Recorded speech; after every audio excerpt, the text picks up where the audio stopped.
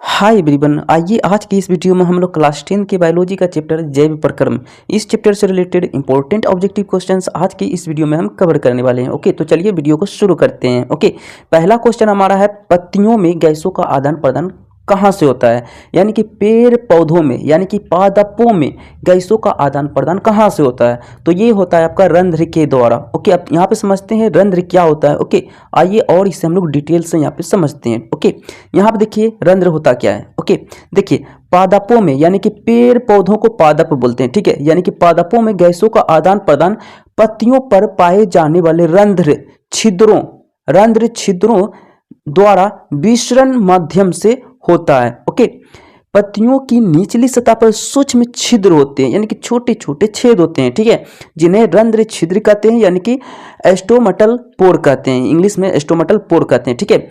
Okay, इन रंध्र छिद्रों के द्वारा पत्तियां हवा से कार्बन डाइऑक्साइड जो है अवशोषित करती है। ओके, कार्बन डाइऑक्साइड गैस क्या करती है? इन्हीं छिद्रों द्वारा अवशोषित करती है यानी कि ग्रहण करती है, ठीक है। ओके, अब चलिए देखते हैं हम लोग next question. Okay, next question हमारा है, पौधों में कार्बोहाइड्रेट का संचय किस रूप में होता है? ओके, पौधों में कार्बोहाइड्रेट का संचय किस रूप में होता है, ठीक है। तो ये एक स्टार्च के रूप में होता है। ओके, पौधों में कार्बोहाइड्रेट का संचय यानी कि जमा होना, ओके, किस रूप में होता है? तो स्टार्च के रूप में होता है। ओके, नेक्स्ट है, पाइरूवेट के विखंडन से यह कार्बन डाइऑक्साइड जल तथा ऊर्जा देता है और यह क्रिया होती है, तो यह क्रिया होती है माइटोकॉन्ड्रिया में होती है। कहाँ होती है यह क्रिया?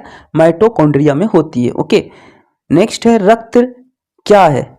ओके, रक्त निम्न में से क्या है? तो रक्त जो है एक ऊतक है। रक्त क्या है?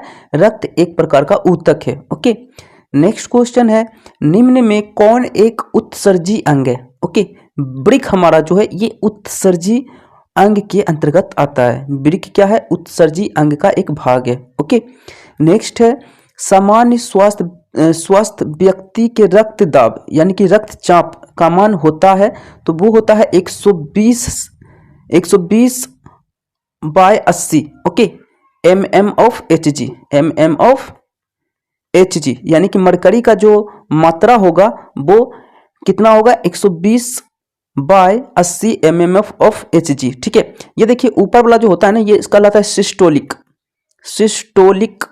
ओके, सिस्टोलिक, और नीचे वाला कहलाता है डायस्टोलिक। ओके ओके, यही दोनों जो है मेजर किया जाता है। सिस्टोलिक को ऊपर रखा जाता है और डायस्टोलिक को नीचे रखा जाता है, ठीक है। इसी का इकाई होता है mm ऑफ Hg। ओके, यानी कि मरकरी का मात्रा। ओके, मरकरी का मात्रा mm ऑफ Hg इसका मात्रक होता है। ओके, नेक्स्ट है, कौन सी क्रिया सभी जीवों के लिए अनिवार्य है? तो शोषण यानी कि ब्रीथिंग, शोषण सभी जीवों के लिए अनिवार्य है। ओके, नेक्स्ट है, बाष्पोत्सर्जन कैसी प्रक्रिया है? तो बाष्पोत्सर्जन जो है ये एक भौतिक प्रक्रिया है। ओके, बाष्पोत्सर्जन कैसी प्रक्रिया है? ये एक भौतिक प्रक्रिया है। ओके, यानी कि फिजिकल प्रोसेस है, ठीक है।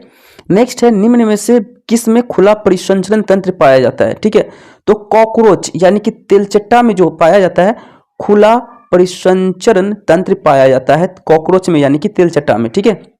नेक्स्ट है, रक्षी कोशिकाएं पाई जाती है, तो रक्षी कोशिकाएं जड़ों में पाई जाती है। ओके, पौधों के जड़ों में रक्षी कोशिकाएं पाई जाती है। ओके, नेक्स्ट है, कवक में पोषण की कौन सी विधि होती है? ओके, तो कवक में पोषण की जो होती है विधि वो मृतजीवी विधि कहलाती है। कैसी विधि कहलाती है? मृतजीवी कवक में पोषण की विधि होती है, ठीक है। नेक्स्ट है, प्रकाश संश्लेषण क्रिया में ऑक्सीजन बाहर निकलता है, जल से निकलता है। ओके, प्रकाश संश्लेषण क्रिया में ऑक्सीजन जो बाहर निकलता है वो जल से निकलता है यानी कि वाटर से निकलता है। ओके, मनुष्य के शरीर की सबसे बड़ी ग्रंथि कौन सी है? तो वो है लीवर यानी कि यकृत। मनुष्य की सबसे बड़ी ग्रंथि क्या है? यकृत यानी कि लीवर। ओके, चलिए नेक्स्ट देखते हैं, पादप में जाइलम किसके वहन के लिए उत्तरदायी है?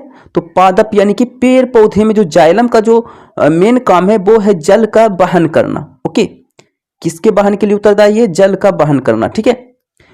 मनुष्य में सांस लेने और छोड़ने की क्रिया को क्या कहा जाता है? तो श्वसन कहा जाता है। ओके, श्वसन कहा जाता है सांस लेने या छोड़ने की क्रिया को, ठीक है। कुटपात किस में पाया जाता है? तो कुटपात जो पाया जाता है वो अमीबा में पाया जाता है। ओके, कुटपात किस में पाया जाता है? अमीबा में पाया जाता है। रुधिर का रंग यानी कि ब्लड का रंग, ओके, ब्लड का रंग किसके उपस्थिति के कारण लाल होता है? तो हमारे खून में मौजूद हीमोग्लोबिन के कारण ही हमारे ब्लड का रंग जो है रेड होता है यानी कि लाल होता है, ठीक है। जीवों में ऊर्जा की प्राप्ति होती है, जीवों में जो ऊर्जा की प्राप्ति होती है श्वसन द्वारा होती है, सांस के द्वारा होती है, ठीक है, ओके। नेक्स्ट है प्रकृति में ऑक्सीजन का संतुलन कैसे बना रहता है? तो प्रकृति में ऑक्सीजन का जो संतुलन बनाए रखता है वो रखता है प्रकाश संश्लेषण के द्वारा, ओके, यानी कि पेड़ पौधे का होना बहुत ही जरूरी है, ठीक है, ओके। हमारे वातावरण में पेड़ पौधों का होना बहुत ही जरूरी है, इसी से हमारा जो प्रकृति है, प्रकृति का ऑक्सीजन जो है संतुलित रहता है, ठीक है। नेक्स्ट है पौधों की पत्तियों में पाई जाने वाली सूक्ष्म छिद्रों को क्या कहा जाता है? तो इसे हम लोग एस्टोमाटा कहते हैं, ओके, क्या कहते हैं? एस्टोमाटा के नाम से जानते हैं, ओके। पेड़ पौधों की पत्तियों में छोटे छोटे सूक्ष्म यानी कि सूक्ष्म छिद्र होते हैं, छेद होते हैं, जिन्हें एस्टोमाटा कहा जाता है, ओके। वृक्क की संरचनात्मक तथा क्रियात्मक इकाई क्या है? तो नेफ्रॉन है। वृक्क की संरचनात्मक तथा क्रियात्मक इकाई क्या है? नेफ्रॉन है। और ये बहुत इंपॉर्टेंट क्वेश्चन आपके लिए हो जाता है क्योंकि एग्जाम में पूछ लिए जाते हैं, ओके, कई बार पूछा भी गया है इस टाइप के क्वेश्चन, ठीक है। नेक्स्ट है शोषण निम्न में से किस प्रकार की रासायनिक अभिक्रिया है? तो शोषण जो है एक ऊष्माक्षेपीय अभिक्रिया के अंतर्गत आता है। ये क्वेश्चन आप केमिस्ट्री में भी देखे होंगे, ठीक है। शोषण जो है ये एक ऊष्माक्षेपीय अभिक्रिया है, ओके। नेक्स्ट है क्लोरोफिल में पाए जाने वाला तत्व है। तो क्लोरोफिल में जो है मैग्नीशियम पाया जाता है यानी कि Mg, जिसका सिंबल Mg होता है, ठीक है। मैग्नीशियम नामक एलिमेंट पाया जाता है क्लोरोफिल में, ठीक है, ओके। नेक्स्ट है पादप में फ्लोएम संवाहक होता है। पादप यानी कि पेड़ पौधे में जो फ्लोएम होते हैं वो संवाहक होता है भोजन के लिए, ओके। देखिए जाइलम जल के लिए संवाहक होते हैं लेकिन फ्लोएम भोजन के लिए संवाहक होते हैं, ओके। नेक्स्ट है स्टेथोस्कोप की सहायता से सुनी जाती है। देखिए स्टेथोस्कोप एक तरह का मशीन है, ओके, एक यंत्र है जिसकी सहायता से हम लोग हृदय की जो है हृदय की धड़कन जो है हम लोग मेजर करते हैं, ओके, मेजर करवाते हैं डॉक्टर से, ठीक है। यानी कि ये हृदय स्पंदन कहलाता है, ओके, मापने की मशीन, हृदय की धड़कन मापने की मशीन, ओके, स्टेथोस्कोप कहलाती है, ठीक है। नेक्स्ट है मानव रक्त का सामान्य प्रकुंचन दाब यानी कि सिस्टोलिक प्रेशर लगभग होता है, ओके, तो वो होता है 120। मैंने आपको बताया था कि हमारे शरीर में जो नॉर्मल जो होना चाहिए बीपी ब्लड प्रेशर वो होना चाहिए 120/80, यही कहलाता है आपका सिस्टोलिक यानी कि प्रकुंचन दाब। ऊपर क्या होता है सिस्टोलिक, मैंने आपको बताया था, नीचे होता है डायस्टोलिक, ओके। तो ये आपका नॉर्मल है, ये है मतलब आपका ब्लड प्रेशर बिल्कुल सही है, ठीक है। अगर इससे ज़्यादा या कम होता है तो ब्लड प्रेशर आपका लो या हाई हो सकता है, ठीक है। नेक्स्ट है पौधों में बाष्पोत्सर्जन किस भाग में होता है? तो पौधों में बाष्पोत्सर्जन जो होता है वो पौधों की पत्तियों में होता है, ओके। कहाँ होता है? पौधों की पत्ता में होता है यानी कि लिप्स में होता है, ओके। नेक्स्ट है स्वपोषी पोषण के लिए अनिवार्य है यानी कि आवश्यक है। क्या आवश्यक है? तो देखिए स्वपोषी पोषण के लिए CO2 यानी कार्बन डाइऑक्साइड ये भी अनिवार्य है। क्लोरोफिल जिसमें कि मैग्नीशियम पाया जाता है ये भी अनिवार्य है। सूर्य का प्रकाश ये भी अनिवार्य है, यानी कि इनमें सभी इसका राइट आंसर हो जाएगा, ठीक है। यानी इनमें सभी जो है स्वपोषी पोषण के लिए आवश्यक है, कार्बन डाइऑक्साइड, क्लोरोफिल, सूर्य का प्रकाश, ओके। और भी हुआ है जैसे खनिज लवण भी आप कह सकते हो, ठीक है। तो ऑप्शन में नहीं दिया हुआ है तो कोई बात नहीं, लेकिन ये सभी के सभी इसमें शामिल हो जाएंगे, ठीक है। नेक्स्ट है क्लोरोफिल वर्णक यानी कि रंग। क्लोरोफिल वर्णक का रंग, ओके, रंग कैसा होता है? तो ये हरा होता है यानी कि ग्रीन होता है, ठीक है। नेक्स्ट है मानव हृदय कितने कोष्ठक में बटे हैं? तो मानव का जो हृदय है वो 4 कोष्ठक में बटे होते हैं। कितने कोष्ठक में बटे होते हैं? 4 कोष्ठक में बटे होते हैं, जिसे हम लोग कहते हैं दायां अलिंद, बायां अलिंद, दायां नीलय, बायां नीलय, है ना, आप लोग जानते हैं, ओके। नेक्स्ट है बाह्य प्रक्रम यानी कि बाह्य प्रोसेस जिनके द्वारा शरीर में ऊर्जा का उत्पादन होता है कहलाता है। तो ये कहलाता है आपका शोषण। बाह्य प्रक्रम यानी कि बाह्य प्रोसेस जिनके द्वारा शरीर में ऊर्जा का उत्पादन होता है वो शोषण कहलाता है, ठीक है। नेक्स्ट है दही के जमने में निम्नलिखित में कौन सी क्रिया होती है? ओके, तो देखिए दही यानी दूध से दही जो जमता है ये क्रिया जो कहलाती है ये कहलाता है किण्वन, ये कौन सी क्रिया कहलाती है? किण्वन क्रिया के अंतर्गत ये आता है। ठीक है, सो आज की इस वीडियो में हम लोगों ने क्लास 10 के बायोलॉजी के चैप्टर नंबर जैव प्रक्रम, जो कि चैप्टर नंबर फर्स्ट आपका है, इस चैप्टर से रिलेटेड इंपॉर्टेंट ऑब्जेक्टिव क्वेश्चंस आज की इस वीडियो में हम लोगों ने बोर्ड एग्जाम को मद्देनजर रखते हुए इंपॉर्टेंट क्वेश्चंस हम लोगों ने टच करने की कोशिश की है। ठीक है, सो आज के लिए इतना ही। वीडियो अच्छा लगे तो लाइक करें, चैनल पर नहीं तो सब्सक्राइब करें और इस वीडियो को ज्यादा से ज्यादा शेयर करें। ओके, सो इसी तरह और भी चैप्टर्स का हम लोग ऑब्जेक्टिव क्वेश्चंस हम देखेंगे। ओके, सो आज के लिए इतना ही। So thank you. Hi everyone, आइए आज की इस वीडियो में हम लोग क्लास 10 के बायोलॉजी का चैप्टर नियंत्रण एवं समन्वय, इस चैप्टर से रिलेटेड इंपॉर्टेंट ऑब्जेक्टिव क्वेश्चंस आज की इस वीडियो में हम टच करने की कोशिश करेंगे, जो कि आपके बोर्ड एग्जाम के लिए इंपॉर्टेंट होने वाला है। ओके, तो चलिए वीडियो को शुरू करते हैं। ओके, पहला क्वेश्चन हमारा है पादप हार्मोन के उदाहरण है, यानी कि पादप मतलब होता है पेड़ पौधे। पेड़ पौधे में कौन कौन सा हार्मोन उपस्थित होता है, उसमें पाया जाता है। ठीक है, ओके, जैसे मानव शरीर में भी कई तरह के हार्मोन्स होते हैं। ठीक है, तो इसी तरह पेड़ पौधे में भी हार्मोन्स होते हैं। ठीक है, तो यहाँ पे 4 ऑप्शंस दिए हुए हैं। तो पहला है ऑक्सिन, ओके,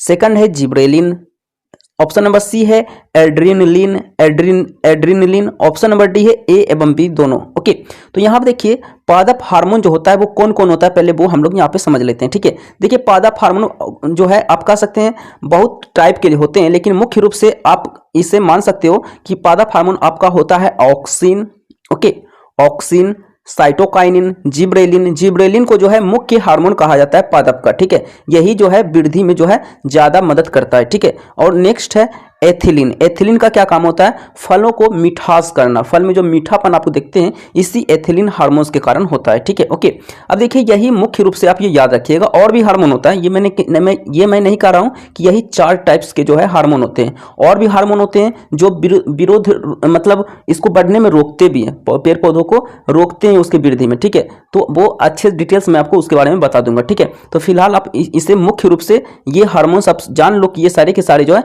पादप हार्मोन है, यानी कि पेड़ पौधे के हार्मोन है। ठीक है, अब देखिए क्वेश्चन नंबर फर्स्ट में जो ऑप्शंस दिए हुए हैं, तो ऑप्शंस को यहाँ पे आप मैच करिएगा, जो मैंने अभी आपको बताया है। तो उसमें ऑक्सिन था, जिब्रेलिन था, एथिलीन भी था, लेकिन एथिलीन तो है नहीं ऑप्शन में। ठीक है, तो यहाँ पे एड्रेनलिन जो है कोई हार्मोन नहीं है जो कि पादप हार्मोन में पाया जाता है, यानी कि पेड़ पौधे में पाया जाता है। ठीक है, तो एड्रेनलिन ऐसा कोई हार्मोन है ही नहीं जो पादप में यानी कि पेड़ पौधे में पाया जाता है। ठीक है, ओके, यानी कि ऑक्सिन और जिब्रेलिन ऑप्शन नंबर ए और बी दोनों राइट हो जाएगा, यानी कि आप कह सकते हो कि ऑप्शन नंबर डी इसका राइट हो जाएगा, क्योंकि ए और बी ये दोनों जो है पादप हार्मोन का एक उदाहरण है। ठीक है, ओके, चलिए देखते हैं हम लोग next question.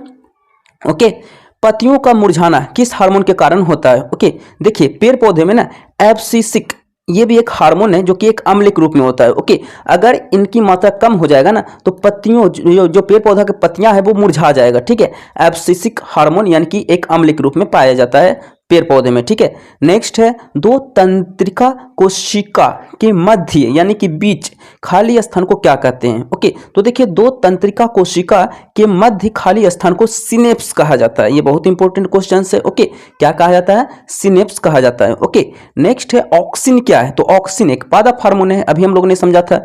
Auxin, gibberellin, ethylene ये सभी क्या है? पादप हार्मोन का एक उदाहरण है। ठीक है, नेक्स्ट है मस्तिष्क उत्तरदायी है। देखिए मस्तिष्क मतलब दिमाग यानी कि ब्रेन, ब्रेन जो है सोचने के लिए भी उत्तरदायी है, हृदय संपदन के लिए भी उत्तरदायी है, शरीर का संतुलन बनाने के लिए भी उत्तरदायी है, यानी कि इनमें सभी इसका राइट आंसर हो जाएगा। ठीक है, यानी कि इन सभी को जो है मस्तिष्क से रिलेटेड हम जोड़ सकते हैं। ठीक है, नेक्स्ट है मनुष्य के शरीर की सबसे बड़ी ग्रंथि क्या है?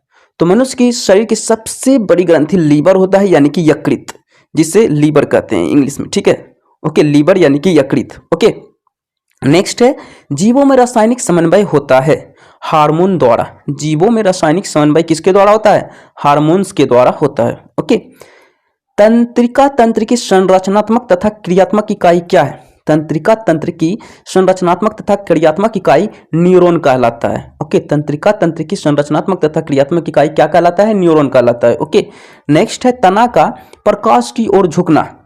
ओके, देखिए होता क्या है, पेड़ पौधे ना, जैसे ये मान लो पेड़ पौधे है, ठीक है, ये फूल का पेड़ मान लो, ठीक है, अब ये जैसे सूरज का प्रकाश मान लो इस साइड है, ठीक है, तो ये क्या होगा, इसका जो पत्ती है बिल्कुल प्रकाश की ओर जो है चला जाएगा। ठीक है, इसकी पेड़ जो जैसे प्रकाश जो है सूर्य का प्रकाश यहाँ पे क्या होगा, मान लो सूरज निकल गया, ठीक है, तो ये क्या होगा, पेड़ पौधे की पत्तियां जो है प्रकाश की ओर झुक जाएगा। ठीक है, यानी कि प्रकाश की ओर उठ जाएगा। ठीक है, तो यही प्रकाशानुवर्तन कहलाता है, प्रकाशानुवर्तन कहलाता है। ओके, प्रकाशानुवर्तन कहलाता है। लेकिन पेड़ पौधे की पत्तियां अगर जड़ की तरफ झुक जाता है, ये जैसे मान लो पेड़ की ये जड़ है, ठीक है, और ये मान लो पत्तियां है, ठीक है, ये पत्तियां क्या होगा, इस टाइप से क्या होगा, इस तरह झुक जाएगा जड़ की तरफ, तो ये कहलाता है गुरुत्वानुवर्तन। ओके, और प्रकाश की ओर मुड़ना, झुकना कहलाता है प्रकाशानुवर्तन। ठीक है, ओके, तो ये आप याद रखिएगा। और जो नेक्स्ट हम क्वेश्चन देखेंगे उसमें हम एग्जाम्पल हम यहाँ पे ले चुके हैं कि गुरुत्वानुवर्तन किसे कहते हैं। ठीक है, ओके, चलिए इतना तो समझ गए कि प्रकाशानुवर्तन किसे कहते हैं।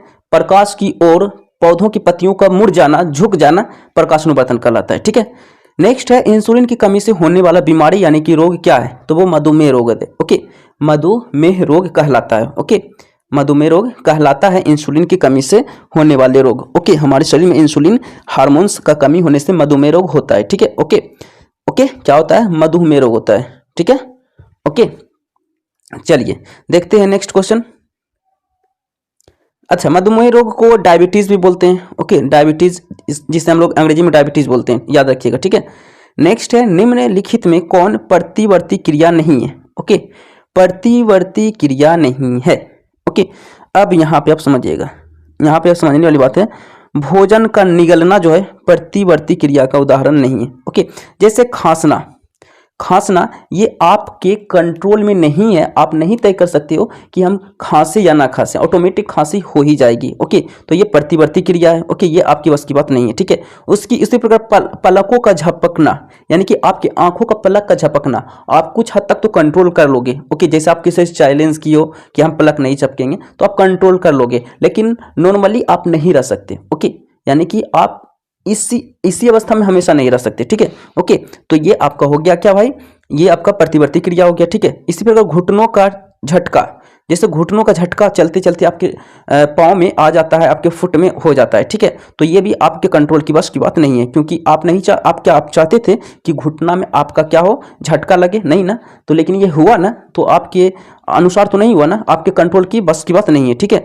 तो ये आपका प्रतिवर्ती क्रिया है। ठीक है, लेकिन भोजन का निगलना, भोजन कब निकलोगे, जब आप मुंह में लोगे, है ना, मुंह में कोई पदार्थ लोगे, कोई सब्सटेंस, कोई फूड लोगे, तभी तो आप निगलोगे, यानी ये आपके बस की बात है, यानी कि ये प्रतिवर्ती क्रिया नहीं है। ठीक है, ओके, तो ये एक आप कह सकते हो ऐच्छिक क्रिया है। ये क्या है, ऐच्छिक क्रिया है, और ये सभी सभी अनैच्छिक क्रिया है ना, यानी कि ये सभी सभी ये आपकी इच्छा के अनुसार होगा, यानी कि ऐच्छिक क्रिया, और ये आपकी इच्छा के अनुसार नहीं होगा, यानी कि अनैच्छिक क्रिया है। ठीक है, नेक्स्ट, निम्नलिखित में आपातकालीन हार्मोन, आपातकालीन मतलब इमरजेंसी हार्मोन्स। ओके, तो इमरजेंसी हार्मोन्स जो कहलाता है वो कहलाता है एड्रेनलिन। एड्रेनलिन हार्मोन्स जो कि मानव में पाया जाता है, मानव शरीर में। ओके, ये जो कहलाता है इमरजेंसी हार्मोन्स कहलाता है, यानी कि आपातकालीन हार्मोन्स कहलाता है। ठीक है, ओके, नेक्स्ट है मानव में वृद्धि हार्मोन स्रावित होता है। तो मानव में वृद्धि हार्मोन जो स्रावित होता है वो पीयूष ग्रंथि से होता है। ओके, हमारे मस्तिष्क में उपस्थित पीयूष ग्रंथि के द्वारा होता है। ठीक है, थायरॉक्सिन हार्मोन स्रावित होता है, तो थायरॉक्सिन हार्मोन थायराइड ग्रंथि से स्रावित होता है, जिससे अपटू ग्रंथि भी कहते हैं। थायराइड ग्रंथि को अपटू ग्रंथि के नाम से भी जानते हैं, यह बात आप याद रखिएगा। ठीक है, नेक्स्ट है मानव हार्मोन जो रुधिर यानी कि खून, यानी कि ब्लड, रुधिर मतलब क्या होता है, ब्लड में शर्करा स्तर को नियंत्रित करने में मदद करता है। शर्करा मतलब आप कह सकते हो उस कि अपने आपके ब्लड में मौजूद क्या कहते हैं, चीनी की मात्रा। ओके ओके, तो ये नियंत्रित करता है इंसुलिन, इंसुलिन नामक हार्मोन नियंत्रित करता है। ओके, इसी के आपको कमी हो जाने से मधुमेह रोग होता है। ठीक है, ओके, यानी कि डायबिटीज का बीमारी हो जाता है। ठीक है, ओके, नेक्स्ट है थायरॉक्सिन के संश्लेषण के लिए अनिवार्य है। तो थायरॉक्सिन के संश्लेषण के लिए आयोडीन बहुत ही अनिवार्य हो जाता है। ठीक है, ओके, नेक्स्ट है यदि हमारे आहार में मतलब कह सकते हो आप आपके शरीर में उपस्थित जो आपके जो अंदर जो तंत्रिका तंत्र है उसकी बात हो रही है। ठीक है, यदि हमारे आहार में आयोडीन की कमी हो जाए तो हमें किस रोग का सामना करना पड़ सकता है, यानी कि होने की संभावना हो सकती है। ठीक है, तो आपको अगर आपके शरीर में आयोडीन यानी कि नमक की कमी हो जाए तो आपको ग्लाइटर भी हो सकता है, गलगंड भी हो सकता है, घेगा रोग भी हो सकता है, यानी कि इनमें सभी इसका राइट आंसर हो जाएगा। ठीक है, यानी कि ये इन तीनों कोई भी आपको डिजीज यानी कि रोग हो सकता है। ठीक है, नेक्स्ट है एस्ट्रोजन स्रावित होता है। तो एस्ट्रोजन एक हार्मोन है जो कि अंडाशय द्वारा स्रावित होता है। ओके, नेक्स्ट है हमारे शरीर में विभिन्न जैविक कार्यों का नियंत्रण होता है तंत्रिका और रसायन दोनों के द्वारा, ठीक है, तंत्रिका और रसायन दोनों के द्वारा होता है, ठीक है। नेक्स्ट है अपटू ग्रंथि यानी कि थायराइड ग्रंथि को थायरोक्सिन हार्मोन बनाने के लिए आवश्यक है आयोडीन, ओके। आयोडीन बहुत ही आवश्यक है अपटू ग्रंथि को, अपटू मतलब हो गया थायराइड ग्रंथि को थायरोक्सिन हार्मोन बनाने के लिए, ओके। थायरोक्सिन हार्मोन बनाने के लिए अनिवार्य है आयोडीन, ठीक है। नेक्स्ट है निम्नलिखित में कौन सी अनैच्छिक क्रिया नहीं है। अनैच्छिक क्रिया यानी कि आप कह सकते हो चबाना। चबाना क्या है? अनैच्छिक क्रिया नहीं है, ओके। यानी कि ऐच्छिक क्रिया है, यानी कि आप चाहोगे मुंह, आप जैसे आप अपने मुंह में कोई चीज पदार्थ लिए, खाने का चीज, ठीक है, आप लिए तभी तो आप चबा रहे हो ना, यानी कि आपके इच्छा के अनुसार हो रहा है, ठीक है। इसी प्रकार वमन, वमन मतलब उल्टी आना, वोमिटिंग आना, ये आपके इच्छे के अनुसार नहीं होगा, ठीक है। इसी तरह लार आना, आपके मुंह में लार आ रहा है तो आपके इच्छा के अनुसार नहीं आ रहा है, ठीक है। इस तरह हृदय का धड़कना, क्या आप चाहोगे कि हम हृदय को ना धड़कने दे, तो ऐसा हो सकता है क्या? बिल्कुल नहीं, ओके।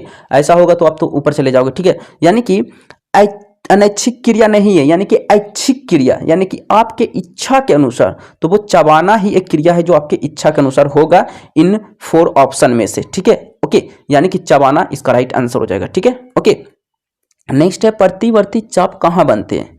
तो प्रतिवर्ती चाप जो बनते हैं मेरु रज्जु में बनते हैं। मेरु रज्जु एक तरह का बोल सकते हैं आप, एक शरीर का एक अंग का एक भाग होता है, ठीक है, जो कि मस्तिष्क के किसी भाग में पाया जाता है, मेरु रज्जु, ठीक है। नेक्स्ट है जीवों में उद्दीपनों के प्रति शरीर में होने वाली प्रतिक्रिया को कहते हैं अनुक्रिया कहते हैं। क्या कहते हैं? अनुक्रिया कहते हैं, ओके। नेक्स्ट है ग्लाइटर अथवा घेंगा। ग्लाइटर को ही घेंगा कहते हैं, ठीक है। घेंगा पनपता है, किससे पनपता है? आयोडीन की कमी से, ओके। किससे पनपता है घेंगा? घेंगा यानी कि ग्लाइटर आयोडीन की कमी किससे पनपता है, ठीक है। नेक्स्ट क्वेश्चन हमारा है छुई मुई के पौधे की पत्तियों को छूते ही मुरझा जाने की क्रिया कहलाती है। तो ये कहलाती है आपका स्पर्शानुकुंचन क्रिया कहलाती है, ओके। चलिए नेक्स्ट है मेरुरज्जु द्वारा नियंत्रित होता है। मेरुरज्जु द्वारा नियंत्रित होता है प्रतिवर्ती क्रियाएं। मेरुरज्जु द्वारा क्या नियंत्रित होती है? प्रतिवर्ती क्रियाएं नियंत्रित होती है, ओके। जिबरेलिन क्या है? तो जिबरेलिन एक पादप हार्मोन है, यानी कि कह सकते हैं एक हार्मोन है, ओके। और भी अच्छे से लिखना चाहते थे, अगर ऑप्शंस में रहेगा पादप हार्मोन तो पादप हार्मोन भी हम यहाँ पे टिक कर देंगे, ठीक है, ओके। यानी कि हार्मोन है, यानी कि पेड़ पौधे का एक हार्मोन है, ठीक है, ओके। और ये जिबरेलिन बहुत ही मुख्य हार्मोन कहलाता है, ठीक है। नेक्स्ट है मस्तिष्क में सोचने का केंद्र स्थिर होता है, तो वो होता है अग्र मस्तिष्क में, ओके। देखिए हमारे मस्तिष्क जो है मध्य मस्तिष्क, अग्र मस्तिष्क और पश्चिम मस्तिष्क यानी कि पीछे वाले भाग, ओके। तो 3 भाग में बांटा हुआ है, ओके। तो सोचने की जो केंद्र होता है वो अग्र मस्तिष्क यानी आगे वाले मस्तिष्क के हिस्से में होता है, ओके। नेक्स्ट है रक्त में आयरन की कमी से क्या होता है। तो हमारे रक्त में आयरन की कमी से जो है एनीमिया रोग हो जाता है, यानी कि हमारे शरीर के खून में अगर आयरन की मात्रा यानी कि लोहे की मात्रा कम हो जाए, ओके, तो एनीमिया का रोग हो जाता है, ठीक है, ओके।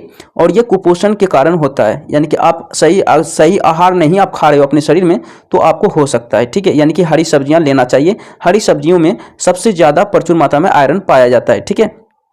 नेक्स्ट है हमारे शरीर में ग्राही का क्या काम है। तो ग्राही जो करता है वो उद्दीपनों को ग्रहण करता है, ओके। उद्दीपनों को क्या करता है? ये ग्रहण करता है, ओके।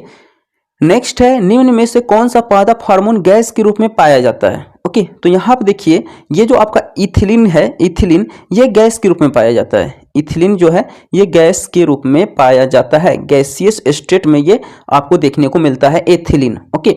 एथिलीन कैसा स्टेट में देखने को मिलता है? गैसियस स्टेट में, यानी कि गैस के रूप में आपको देखने को मिलता है इथिलीन हार्मोन, ठीक है। ये क्या है? एक हार्मोन है जो कि पादप हार्मोन है, ठीक है। और इसी के कारण जो है क्या होता है? फल जो है पकते हैं, इसी हार्मोन्स के कारण फल पक जाते हैं, प्रकृति रूप से पकते हैं, ओके। फल पकते हैं, ओके, ये पकते हैं प्रकृति रूप से, यानी कि आपको कुछ भी करने की जरूरत नहीं है, ठीक है। लेकिन एसिटिलीन जो है, एसिटिलीन हार्मोन ये जो है कृत्रिम हार्मोन है, यानी कि आप कच्चा फल आप पेड़ से तोड़े और घर में ला करके उसे आपने बनाया, ठीक है, पकाया, तो वो कहलाता है कृत्रिम रूप से पकाना। तो इसके लिए एसिटिलीन नामक हार्मोन का प्रयोग किया जाता है, ठीक है। लेकिन एथिलीन हार्मोन जो है नेचर रूप से जो है पेड़ पौधे में पाया जाता है, ठीक है। नेक्स्ट है हार्मोन स्रावित होता है। तो हार्मोन्स जो हमारे शरीर में जो स्रावित होता है वो अंतःस्रावी ग्रंथियों से स्रावित होता है। ओके, यानी कि अंदर में जो अंतःस्रावी जितने भी ग्रंथि है अंदर में हमारे शरीर के, उसी द्वारा जो है हार्मोन्स स्रावित होते हैं। ठीक है, नेक्स्ट है निम्नलिखित में कौन प्रतिवर्ती क्रिया का उदाहरण है। ओके, तो देखिए प्रतिवर्ती क्रिया का उदाहरण कौन कौन हो सकता है, देखिएगा। ओके, यानी कि अनैच्छिक क्रिया, यानी कि उस पर मेरा कंट्रोल नहीं है। ठीक है, ओके, जैसे मिठाई देखकर मुंह में पानी आना। क्या आप मिठाई देखो और आपके मुंह में पानी ना आए, आप कंट्रोल कर सकते हो? बिल्कुल नहीं, यानी कि ये प्रतिवर्ती क्रिया है। छींक आना, क्या आप चाहते हो कि हमें छींक आए? नहीं ना, ऑटोमेटिक आ जाता है, यानी कि ये भी एक प्रतिवर्ती क्रिया है, यानी कि एक अनैच्छिक क्रिया है। ठीक है, इसी प्रकार पलकों का झपकना, ये भी अनैच्छिक क्रिया है, यानी कि इनमें सभी इसका राइट आंसर हो जाएगा। ओके, नेक्स्ट है टेस्टोस्टेरोन स्रावित होता है। ओके, देखिए टेस्टोस्टेरोन एक हार्मोन्स है जो कि ये जो है जो जेंस जो है उसमें होता है। ठीक है, यानी कि कह सकते हो आप फीमेल मेल में पाया जाता है, मेल पुरुष में पाया जाता है। ठीक है, यानी कि ये वृषण से होता है, यानी कि मेल में होता है। ठीक है, ये हार्मोन्स किस में होता है? मेल पर्सन में होता है। ओके, यानी कि पुरुष में होता है, जो कि वृषण से स्रावित होता है टेस्टोस्टेरोन हार्मोन्स। ठीक है, नेक्स्ट है रक्त में ग्लूकोज की मात्रा नियंत्रित रहती है। तो इंसुलिन के कारण रक्त में ग्लूकोज की मात्रा, यानी कि शर्करा की मात्रा नियंत्रित रहती है। किसके कारण? इंसुलिन के कारण। ओके, यही इंसुलिन के कारण। ओके, नेक्स्ट है पादप हार्मोन साइटोकाइनिन सहायक है। ओके, ये देखिए साइटोकाइनिन क्या है? एक पादप हार्मोन है। ठीक है, ये किसके लिए सहायक है? तो ये पररोह के अग्रभाग की लंबाई में वृद्धि के लिए, यानी कि कोशिका विभाजन के लिए आप कह सकते हो। ठीक है, यानी कि एक कोशिका विभाजन के लिए। ओके, जैसे पेड़ है ना। ओके, तो पेड़ का जो अगला हिस्सा है, ये मान लो ये सबसे अगला हिस्सा हो गया, ये सबसे निचला हिस्सा हो गया, ये जड़ हो गया आपका। ठीक है, अब ये क्या करेगा? इसकी लंबाई को बढ़ाएगा। ओके, तो अग्र भाग को क्या किया? आगे वाले भाग को इसने बढ़ा दिया। ठीक है, यही इसका कोशिका क्या किया? विभाजन कर दिया। ये अपना कोशिका क्या किया? मान लो ये इसका कोशिका है। ठीक है, इसके अंदर ये कोशिका होगा, इस कोशिका क्या किया? इन्होंने विभाजन किया यहां से यहां तक, और यहां से यहां तक इसने बढ़ा दिया। ठीक है, यानी कोशिका विभाजन क्या आप कह सकते हो, यानी कि पररोह के अग्रभाग की लंबाई में वृद्धि करने का काम करता है साइटोकाइनिन नामक हार्मोन्स, जो कि पादप हार्मोन्स होता है। ठीक है, यानी कि पेड़ पौधे का हार्मोन्स कहलाता है। ठीक है, नेक्स्ट है स्पर्शानुवर्तन स्पष्ट रूप से दिखाई पड़ता है। तो स्पर्शानुवर्तन जो है मुख्य रूप से संवेदी पौधों की पत्तियों में दिखाई पड़ता है। संवेदी पौधा एक तरह का एक पौधा का प्रकार है, जो कि उसकी पत्तियों में एकदम स्पष्ट रूप से दिखाई पड़ता है स्पर्शानुवर्तन। ठीक है, ओके, नेक्स्ट है पौधों की जड़ों का गुरुत्वाकर्षण के विपरीत वृद्धि करना कौन सी अनुवर्तन गति कहलाती है? तो ये कहलाता है गुरुत्वानुवर्तन। ठीक है, यहाँ आप समझिएगा, मैंने आपको कहा था कि पौधों का जो पत्ता है, अगर वो प्रकाश की ओर मुड़ रहा है, यानी कि प्रकाश की ओर जाता है, तो उसे हम लोग प्रकाशानुवर्तन कहते थे। ओके, लेकिन ये जो है जड़ की तरफ झुकेगा, है ना, यानी कि गुरुत्वाकर्षण के विपरीत, है ना, जड़ की तरफ, जड़ों का गुरुत्वाकर्षण के विपरीत वृद्धि करता है, तो ये गुरुत्वानुवर्तन कहलाता है। ठीक है, नेक्स्ट है शरीर की प्रधान नियंत्रक ग्रंथि किसे कहा जाता है? तो शरीर की प्रधान नियंत्रक ग्रंथि जो है पीयूष ग्रंथि को कहा जाता है। किसे कहा जाता है? पीयूष ग्रंथि को कहा जाता है। ओके, चलिए देखते हैं नेक्स्ट। ओके, नेक्स्ट है जीवों में ध्वनि ग्रहण करने के लिए संवेदी अंग है। तो जीवों में ध्वनि यानी कि साउंड को ग्रहण करने के लिए श्रवणग्राही जो है, इनका बहुत ही योगदान होता है। ओके, श्रवणग्राही। ओके, नेक्स्ट है वह संरचना जो उद्दीपन की पहचान कराती है कहलाती है। तो ये कहलाती है ग्राही। ठीक है, नेक्स्ट है मस्तिष्क का कौन सा भाग शरीर की स्थिति तथा संतुलन का अनुरक्षण करता है? तो ये करता है अनुमस्तिष्क। कौन करता है? अनुमस्तिष्क करता है। ओके, नेक्स्ट है पोन्स, मेडुला और अनुमस्तिष्क। ये क्या है? पश्च मस्तिष्क का एक पार्ट है, एक हिस्सा है। ओके, यानी कि हमारे मस्तिष्क का, हमारे ब्रेन का पीछे का एक भाग है। ठीक है, ये तीनों का तीनों। ठीक है, ओके, नेक्स्ट है बहुकोशिकीय जीवों में निम्न में से किस प्रकार का समन्वय पाया जाता है? ओके, तो इसमें पाया जाता है रासायनिक समन्वय एवं तंत्रिका समन्वय। ठीक है, रासायनिक एवं तंत्रिका समन्वय पाया जाता है बहुकोशिकीय जीवों में। ठीक है, नेक्स्ट है तंत्रिका तंत्र में संवेगों का संचरण होता है। तो ये विद्युतीय संवेग के रूप में होता है। ओके, नेक्स्ट है बीजहीन फलों के उत्पादन में सहायक होते हैं जिबरेलिन नामक हार्मोन्स। ओके, बीजहीन फलों के उत्पादन में कौन सहायक होते हैं? जिब्रेलिन्स। ठीक है, बीजहीन मतलब जिसमें बीज ना हो। ठीक है, ओके। नेक्स्ट है, पौधों में कृत्रिम रूप से पकाने के लिए उपयोग किया जाता है। फलों को कृत्रिम रूप से पकाने के लिए उपयोग किया जाता है एसिटिलीन, जिसका अणुसूत्र होता है C2H2। ठीक है, ये जो है मानव द्वारा जो है इसे कच्चा फल को ला करके, जैसे पेड़ से कच्चा फल तोड़ा और उसे पका दिया, तो उस पकाने के लिए एक हार्मोन्स यूज किया जाता है एसिटिलीन। ठीक है, लेकिन पौधा में पहले से प्राकृतिक रूप से पाया जाता है एथिलीन। ओके, एथिलीन हार्मोन जो कि पौधा में जो है प्रकृति रूप से पकता है इसी एथिलीन हार्मोन के कारण, जिसका अणुसूत्र होता है C2H4। ठीक है, ओके।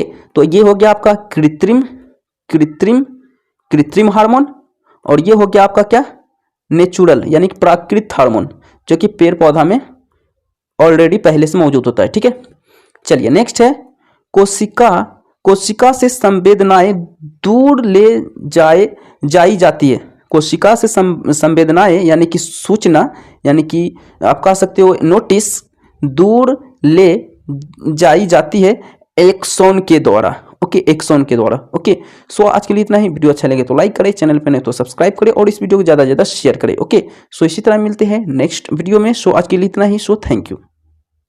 हाय एवरीवन, आइए आज की इस वीडियो में हम क्लास 10th की बायोलॉजी का चैप्टर जीव जनन कैसे करते हैं, इस चैप्टर से रिलेटेड इंपॉर्टेंट ऑब्जेक्टिव क्वेश्चंस आज की इस वीडियो में हम डिस्कस करने वाले हैं। ओके, तो चलिए शुरू करते हैं। ओके, पहला क्वेश्चन हमारा है, अलैंगिक प्रजनन में कितने जनक की भागीदारी होती है? ओके, तो देखिए अलैंगिक जनन में केवल एक जीव की भागीदारी से प्रजनन हो जाता है। ओके, तो इसका राइट आंसर हो जाएगा केवल एक। ओके, यानी कि केवल एक जनक की, केवल एक जीव की जरूरत होती है। ठीक है, देखिए होता क्या है यहाँ पे आप समझो। ठीक है, जैसे अमीबा जैसे जीवों में कोशिका किसी भी तल से विभक्त हो जाती है। ठीक है, अमीबा जो होता है, जैसे मान लो ये अमीबा कोई मतलब आकार तो होता नहीं, तो जैसे ये विभक्त हो गया यहाँ से। ठीक है, विभक्त हो गया ना, तो किसी भी तल से विभक्त हो जाता है। ठीक है, इसमें केंद्रक के दो भागों में विभाजन से जनन क्रिया आरंभ होती है। ओके, इसमें केंद्रक के दो भागों में विभाजन से, यानी कि केंद्रक के दो भाग में बट जाने से, जैसे ये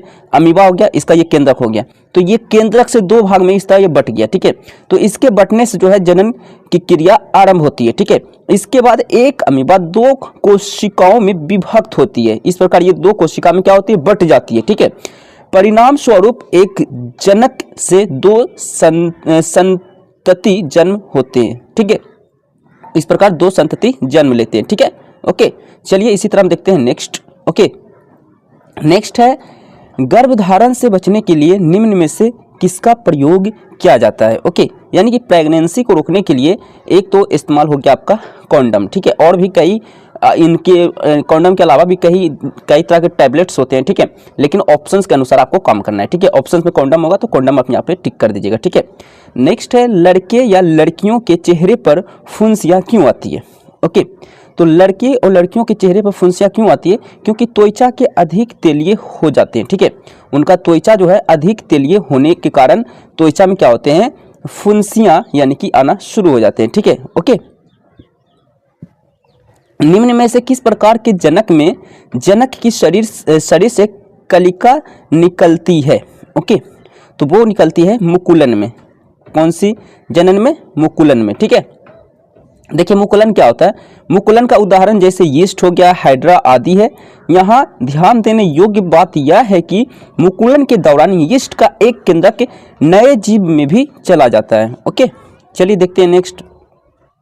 स्त्री में गर्भावधि का समय होता है। स्त्री में गर्भावधि का समय कितना होता है? तो 9 महीना होता है, यानी कि 9 मंथ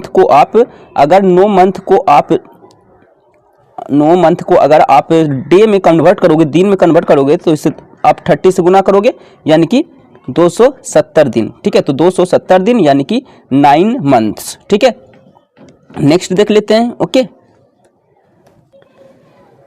चलिए देखते हैं क्वेश्चन नंबर 6। निम्नलिखित में कौन परिवार नियोजन साधन में प्रयुक्त प्रभावी उपाय है? ओके, तो यहाँ पे आप देखिए, मैंने आपको बताया था कि प्रेगनेंसी रोकने के लिए कॉन्डम का यूज किया जाता है, लूप का भी इस्तेमाल किया जाता है, कॉपर टी।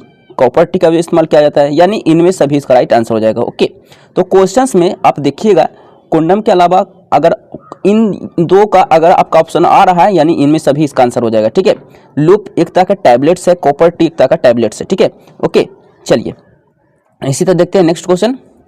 एकल जीवों में प्रजनन की विधि होती है, एकल जीवों में प्रजनन की विधि जिसमें केवल एक जीव की जरूरत होती है। ठीक है, तो उसमें खंडन की विधि द्वारा भी होती है, विखंडन विधि द्वारा भी होती है। जैसे मैंने आपको बताया था अमीबा जो है खंड में बंट जाता है, दो अलग अलग खंड में, यानी कि दो अलग अलग खंड में विभक्त हो जाता है, यानी कि विखंडन हो जाता है उसका। इस तरह इसका बीजाणु जो है, ये इसका बीजाणु जो था ये भी क्या होता है, ये भी क्या होता है, इनका बीजाणु जो है आपस में जो जुड़ जाता है, समासंग हो जाता है। ठीक है, ओके, जैसे ये एक दूसरे से काट करके इस तरह का इसका आकार बन गया। ठीक है, ओके, तो ऐसा नहीं कि इसका बीजाणु अलग अलग हो गया, बिल्कुल नहीं। इसमें क्या होता है एक दूसरे में जो है बिल्कुल ही समासंग हो जाता है, साथ हो जाता है। ठीक है, यानी उपयुक्त सभी इसका राइट आंसर हो जाएगा, यानी खंडन द्वारा, विखंडन द्वारा और बीजाणु समासंग के द्वारा। ठीक है, चलिए उपयुक्त सभी इसका राइट आंसर हो जाएगा। ठीक है, नेक्स्ट है अलैंगिक प्रजनन निम्नलिखित 6 प्रकार क्या होते हैं। यहाँ पे आप समझिएगा, नोट पॉइंट में आप लिख लीजिएगा। अलैंगिक जनन जिसमें केवल एक जीव की जरूरत होती है। ठीक है, तो इसमें देखिए 6 प्रकार की मुख्यतः इसमें जो है प्रजनन होती है। पहला विखंडन, मुकुलन, बीजाणु का बनना। ओके, बीजाणु का बनना मतलब ये हो गया आपका, देखिएगा बीजाणु का बनना मतलब हो गया बीजाणु समासंग। ठीक है, ओके, बीजाणु का बनना, पुनर्जनन, खंडन, ओके, इसी प्रकार कायिक प्रबंधन। ठीक है, ये सभी की सभी जो है ये सभी की सभी अलैंगिक प्रजनन के क्या है, विधि है। ओके, यही आपका प्रजनन का विधि है। ओके, एकल जीवों में प्रजनन की ये विधि है। ठीक है, नेक्स्ट गन्ना, गुलाब एवं अंगूर के कृषि में किस जनन विधि द्वारा उपयोग किया जाता है। ओके, देखिएगा गन्ना, गुलाब एवं अंगूर के कृषि में किस जनन विधि का उपयोग किया जाता है, तो इसमें क्या जाता है मुकुलन विधि का। ओके, मुकुलन विधि का उपयोग किया जाता है। ठीक है, नेक्स्ट मनुष्यों में नर जननांग निम्न में से कौन है। ओके, तो मनुष्यों में नर जननांग वृषण भी जो है नर में पाया जाता है, यानी कि मेल में पाया जाता है, फीमेल में नहीं। ठीक है, वृषण मेल में पाया जाता है, शुक्र वाहिका ये भी मेल में पाया जाता है, मूत्र मार्ग ये भी क्या पाया जाता है, मेल में पाया जाता है। ठीक है, यानी इनमें सभी इसका राइट आंसर हो जाएगा ये सभी। ठीक है, ये सभी के सभी जो है नर जननांग के क्या है, एक हिस्सा है, एक अंग है। ठीक है, नेक्स्ट निम्नलिखित में से कौन एक लिंगी पादप है।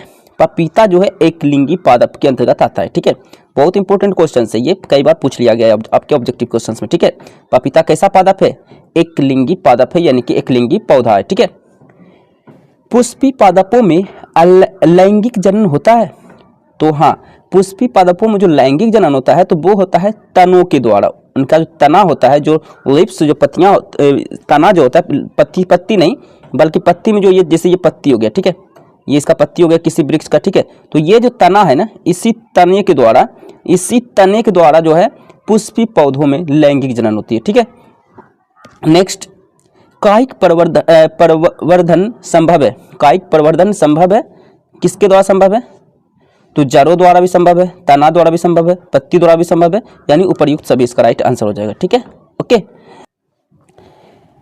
हाइड्रा में प्रजनन की विधि निम्नलिखित में से कौन है, तो हाइड्रा में मैंने बताया था यीस्ट में, हाइड्रा में मुकुलन द्वारा जो है होती है प्रजनन की विधि। ठीक है, मुकुलन द्वारा अलैंगिक जनन होता है, यीस्ट में होता है। ठीक है, मुकुलन द्वारा अलैंगिक जनन किसमें होता है, यीस्ट में भी होता है, हाइड्रा में भी होता है। जैसे यहाँ पे आप देख सकते हैं हाइड्रा में प्रजनन की विधि मुकुलन द्वारा होता है, यीस्ट में प्रजनन की विधि होता है मुकुलन द्वारा होता है। ओके, ये आप याद रखिएगा। ठीक है, एड्स रोग का प्रमुख कारण क्या है, असुरक्षित यौन संपर्क।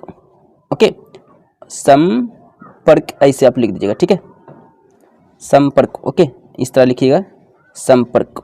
ओके, असुरक्षित यौन संपर्क। ओके, नेक्स्ट है द्विखंडन होता है, तो द्विखंडन अमीबा होता है, मैंने आपको बताया था। जैसे अमीबा का मान लो ये अमीबा है। ओके, तो ये जो है इनका जो है सिर्फ एकल प्रजनन इसमें होता है ना, सिर्फ एक जीव की जरूरत होती है, एक जनक की जरूरत होती है। ये आपस में क्या होता है, खंडित हो जाता है। ओके, इसका केंद्रक जो है अलग अलग भाग में खंडित हो जाता है। ठीक है, तो इस प्रकार ये द्विखंडन के द्वारा क्या करता है, प्रजनन करता है। ठीक है, ये द्विखंडन इसका विधि हो गया। ठीक है, प्रजनन करने का। नेक्स्ट है ऋतुस्राव या रजोधर्म का समय होता है। ओके, तो देखिए ऋतुस्राव या रजोधर्म का समय 2 से 8 दिन होता है। ठीक है, अब देखिए ऋतुस्राव या रजोधर्म होता क्या है वो यहाँ पे आप समझ लो। ठीक है, जैसे यहाँ पे मैंने एक्सप्लेन अच्छे से कर दिया। ठीक है, देखिएगा। ओके, देखिए महिलाओं में एक डिम्ब परिपक्व होता है। ओके, एक डिम्ब परिपक्व होता है और हर 28 से 30 दिनों में, यानी कि एक महीना में 28 या 30 दिनों में एक बार अंडाशय द्वारा जारी किया जाता है। यह अंडे को एक शुक्राणु द्वारा निषेचित नहीं किया जाता है, तो यह शरीर से गर्भाशय के मोटी परत के साथ बाहर निकल जाता है। इससे महिलाओं में मासिक रक्तस्राव होता है, यानी कि उनके शरीर से रक्त का निकलना शुरू हो जाता है। ठीक है, यानी कि खून का निकलना शुरू हो जाता है, और ये आम सी बात है। ठीक है, इसे ही मासिक धर्म कहा जाता है। ठीक है, यानी कि इसे ही क्या कहा जाता है, मासिक धर्म कहा जाता है, यानी कि ऋतुस्राव या फिर रजोधर्म कहा जाता है। ठीक है, यही समय कहलाता है। ओके, चलिए नेक्स्ट है शुक्राणु का निर्माण होता है। तो देखिए शुक्राणु का निर्माण वृषण में होता है। शुक्राणु का निर्माण कहाँ होता है, वृषण में, यानी कि नर में होता है, यानी कि मेल में होता है। ठीक है, ओके, शुक्राणु का निर्माण किस में होता है, वृषण में होता है। ओके, कौन सा हार्मोन पुरुषों में शुक्राणु उत्पादन का नियंत्रण करता है। ठीक है, तो देखिए जो मेल में जो होता है, मेल में जो शुक्राणु का उत्पादन होता है वो होता है टेस्टोस्टेरोन नामक हार्मोन। ठीक है, ये पाया जाता है मेल में। ठीक है, ओके, नर में पाया जाता है। ठीक है, किस जीव में बहुखंडन होता है, तो मलेरिया परजीवी में बहुखंडन होता है। मलेरिया परजीवी में बहुखंडन होता है। पुष्प का कौन सा भाग परागकण कहलाता है, तो पुंकेसर जो है परागकण कहलाता है। फूल का यानी कि पुष्प का पुंकेसर जो है परागकण बनता है। ठीक है, ओके, शुक्राणु का मोचन कहाँ होता है, तो शुक्राणुओं का मोचन जो होता है शुक्रवाहिका में होता है। कहाँ होता है, शुक्रवाहिका में होता है। ठीक है, लैंगिक जनन में संतति उत्पन्न हेतु मतलब के लिए कितने जीव भाग लेते हैं, तो अलैंगिक जनन में केवल एक जीव भाग लेते हैं, तो लैंगिक जनन में 2 जीव भाग लेगा। ठीक है, लैंगिक जनन में 2 जीव का होना जरूरी है प्रजनन के लिए। ठीक है, मानव मादा में निषेचन क्रिया के फलस्वरूप क्या बनता है, तो सबसे पहले भ्रूण बनता है। ओके, सबसे पहले क्या बनता है, भ्रूण बनता है। ओके, याद रखिएगा। स्वपरागन निम्न में से किन पौधों में होता है, स्वपरागन उभयलिंगी पौधों में होता है। स्वपरागन कहाँ होता है, उभयलिंगी पौधों में होता है। ठीक है, अब यहाँ आप समझते हैं स्वपरागन क्या होता है। देखिए जब एक ही पुष्प के परागन उसी पुष्प के या उसी पौधे के दूसरे पुष्प के वर्तिकाग्र पर स्थानांतरित होते हैं, यानी कि चले जाते हैं, तो उसे स्वयं परागकण कहते हैं। ओके, उसे क्या कहते हैं, स्वयं परागकण कहते हैं। ठीक है, ओके, इस परागन के होने के लिए अनिवार्य है कि पौधा द्विलिंगी हो, अर्थात एक ही पौधे पर दोनों लिंगों के जनन बनते हो, अंग बनते हो। ठीक है, इसी तरह उभयलिंगी समझ लेते हैं। जीव या पादप यानी कि इंसान हो या फिर पेड़ पौधे हो, ठीक है, उसे कहते हैं जीव या पादप, यानी कि इंसान हो या फिर कोई पेड़ पौधा हो, है ना, उसे कहते हैं जो एक ही समय अथवा विभिन्न समयों पर स्त्री तथा पुरुष दोनों प्रकार के प्रजनन कोशिकाएं उत्पन्न करते हैं। ठीक है, नेक्स्ट, निम्नलिखित में कौन मादा जनन तंत्र का भाग है। ठीक है, तो इसमें देखिए अंडाशय ये भी एक मादा का एक अंग है, गर्भाशय ये भी मादा में पाया जाता है, नर में नहीं पाया जाता है। ठीक है, इस तरह योनि ये भी योनि भी है एक क्या है, सभी के ये तीनों के तीनों क्या है, एक मादा प्रजनन का एक अंग है। ठीक है, यानी इनमें सभी इसका राइट आंसर हो जाएगा। ठीक है, निम्नलिखित में कौन एक उभयलिंगी जंतु है, तो केंचुआ जो है एक उभयलिंगी जंतु कहलाता है। केंचुआ कौन सा जंतु है, उभयलिंगी जंतु के अंतर्गत आता है। ठीक है, देखिए उभयलिंगी जंतु क्या होता है समझ लो। ठीक है, देखिए उभयलिंगी जीव यानी कि जंतु या पादप या फिर पेड़ पौधे उसे कहते हैं जो एक ही समय अथवा विभिन्न समयों पर स्त्री तथा पुरुष दोनों प्रकार के प्रजनन कोशिकाएं उत्पन्न करता है। इसके स्पष्ट उदाहरण जंतुओं तथा पादपों दोनों में मिलते हैं, जैसे केंचुओं में तथा कई प्रकार के कायिकों में। ठीक है, नेक्स्ट, कौन सा हार्मोन लड़कों में यौना अवस्था के लक्षणों का नियंत्रित करता है। ठीक है, तो देखिए लड़का जब जवान होने लगता है तो उसके वृषण में जो है टेस्टोस्टेरोन नामक हार्मोन्स बनना शुरू हो जाते हैं। ठीक है, मानव मादा में गर्भकाल का समय होता है तो वो होता है 9 मंथ, यानी कि अगर दिन में इसे कन्वर्ट कर दो आप तो 270 दिन हो जाएगा, ठीक है। 9 महीना और दिन में बोले तो 227 हो जाएगा, क्योंकि 9 मंथ को हम 30 से गुना कर देंगे तो 9 27 यानी 270 हो जाएगा, ठीक है। नेक्स्ट, निम्नलिखित में कौन लैंगिक जनन संचारित रोग नहीं है? ओके, तो इसमें टाइफाइड जो है, टाइफाइड ये लैंगिक जनन संचारित रोग नहीं है, ठीक है। ओके, अब यहाँ आप देखिए, यहाँ पे समझते हैं कि लैंगिक जनन संचारित रोग होता क्या है, ठीक है। जैसे यहाँ पे आप देखिएगा, कुछ संक्रामक रोग लैंगिक संसर्ग द्वारा एक संक्रमित व्यक्ति से स्वस्थ व्यक्ति तक फैलते हैं। ओके, ऐसे लोगों को लैंगिक संचारित रोग कहते हैं, जैसे सुजाक, ओके, यानी कि गोनीरिया, आज तक जिसे सिफिलिस कहते हैं, एड्स भी लैंगिक संचारित रोग के अंतर्गत आते हैं, ठीक है। चलिए नेक्स्ट, लड़कियों में यौवनारंभ के लक्षण क्या है? ओके, तो लड़कियों में देखिए होता क्या है, स्तनों की वृद्धि यानी कि ब्रेस्ट में वृद्धि, ओके, इंक्रीज ब्रेस्ट, ओके। जो छाती होती है लड़की का उसे हम लोग चेस्ट नहीं ब्रेस्ट बोलते हैं, ठीक है। लड़का की छाती को चेस्ट बोला जाता है, ठीक है। तो स्तनों का वृद्धि, नितंबों का उभरना, जैसे बटक यानी कि हिप, कमर के नीचे का हिस्सा, ठीक है, हिप, उसका क्या उभरना, ओके। इसी प्रकार रजोधर्म का प्रारंभ मतलब आपको मैंने बता दिया है कि लड़कियों को होता क्या है, 28 से 30 दिन के अंदर जो है उनमें एक परिपक्व बनता है, ओके। अगर उन्हें क्या बोलते हैं, नहीं मिल पाता है, अगर उन्हें शुक्राणु नहीं मिल पाता है तो वो क्या होता है, एक मोटी पतली झर्री की तरह एक ब्लड के रूप में बाहर निकल आता है, ठीक है, ओके। यानी इनमें सभी इसका राइट आंसर हो जाएगा, ठीक है। रजोधर्म भी किस में होता है, लड़कियों में होता है, ओके। चलिए, इनमें सभी इसका राइट आंसर हो गया, ठीक है। लिंग गुण सूत्र का पूर्ण जोड़ा पाया जाता है। लिंग गुण सूत्र यानी कि क्रोमोसोम का लिंग जो पूर्ण जोड़ा पाया जाता है वो स्त्री में पाया जाता है, ओके। स्त्री में यानी कि मादा में पाया जाता है, ओके। नेक्स्ट, लैंगिक जनन में आवश्यकता होती है नर एवं स्त्री दोनों की, ठीक है। यानी मादा और नर दोनों की आवश्यकता होती है, तभी लैंगिक जनन क्या होगा, वहाँ पे संपन्न होगा, ठीक है। लड़कों में यौवनारंभ के लक्षण क्या है? तो देखिए, दाढ़ी एवं मूछ निकल आना, उगना, ठीक है।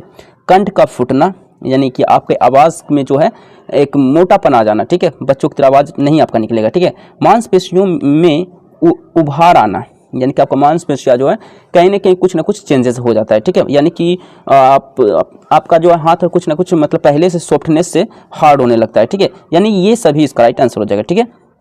नेक्स्ट देख लेते हैं, जनन कितने प्रकार के होते हैं?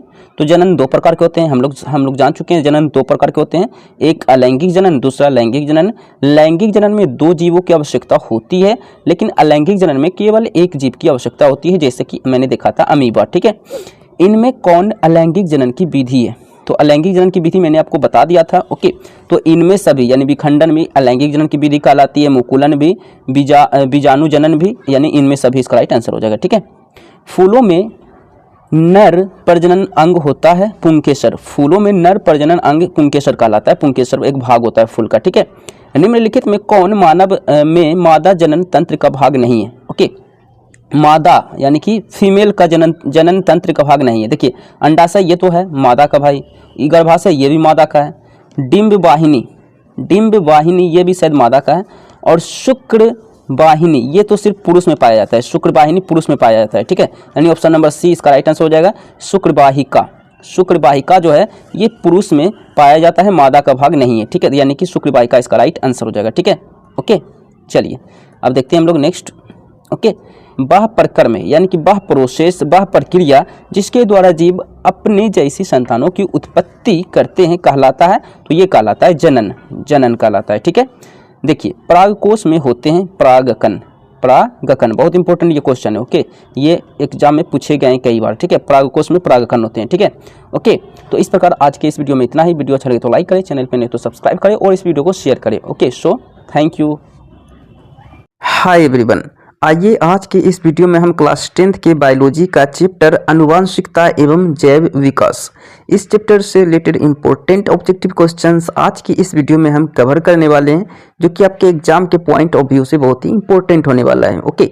तो चलिए शुरू करते हैं, ओके। पहला क्वेश्चन हमारा है मनुष्य में कितने जोड़े गुणसूत्र पाए जाते हैं, यानी कि मनुष्य में कितने जोड़े क्रोमोसोम पाए जाते हैं। ठीक है, ओके।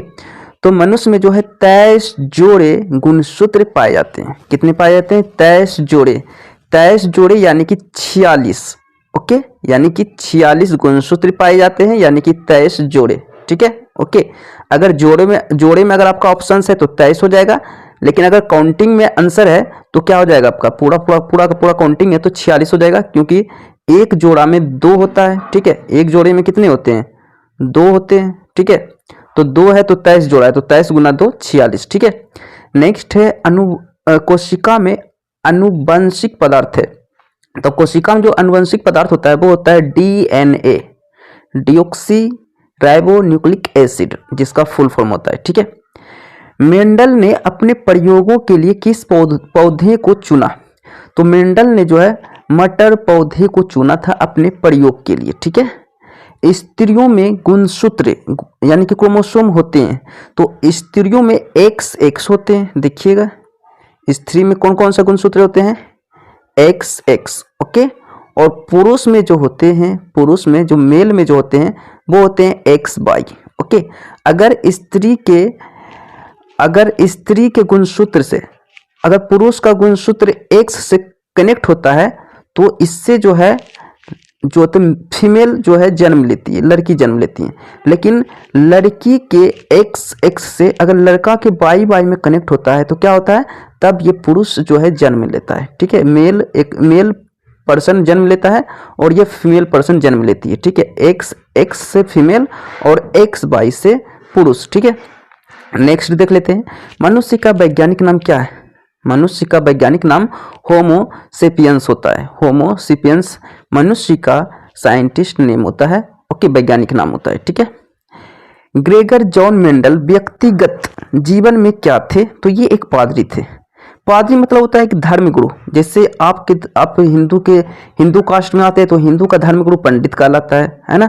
इसी तरह मुसलमान का हिंदू धर्म मौलवी मौलाना कहलाता है। इसी तरह ईसाई का जो धर्मगुरु कहलाता है वो पादरी कहलाता है। ठीक है, ईसाई के धर्मगुरु को पादरी कहा जाता है। ठीक है, नेक्स्ट, गुणसूत्र बने होते हैं। तो गुणसूत्र बने होते हैं DNA, प्रोटीन्स एवं RNA के बने होते हैं।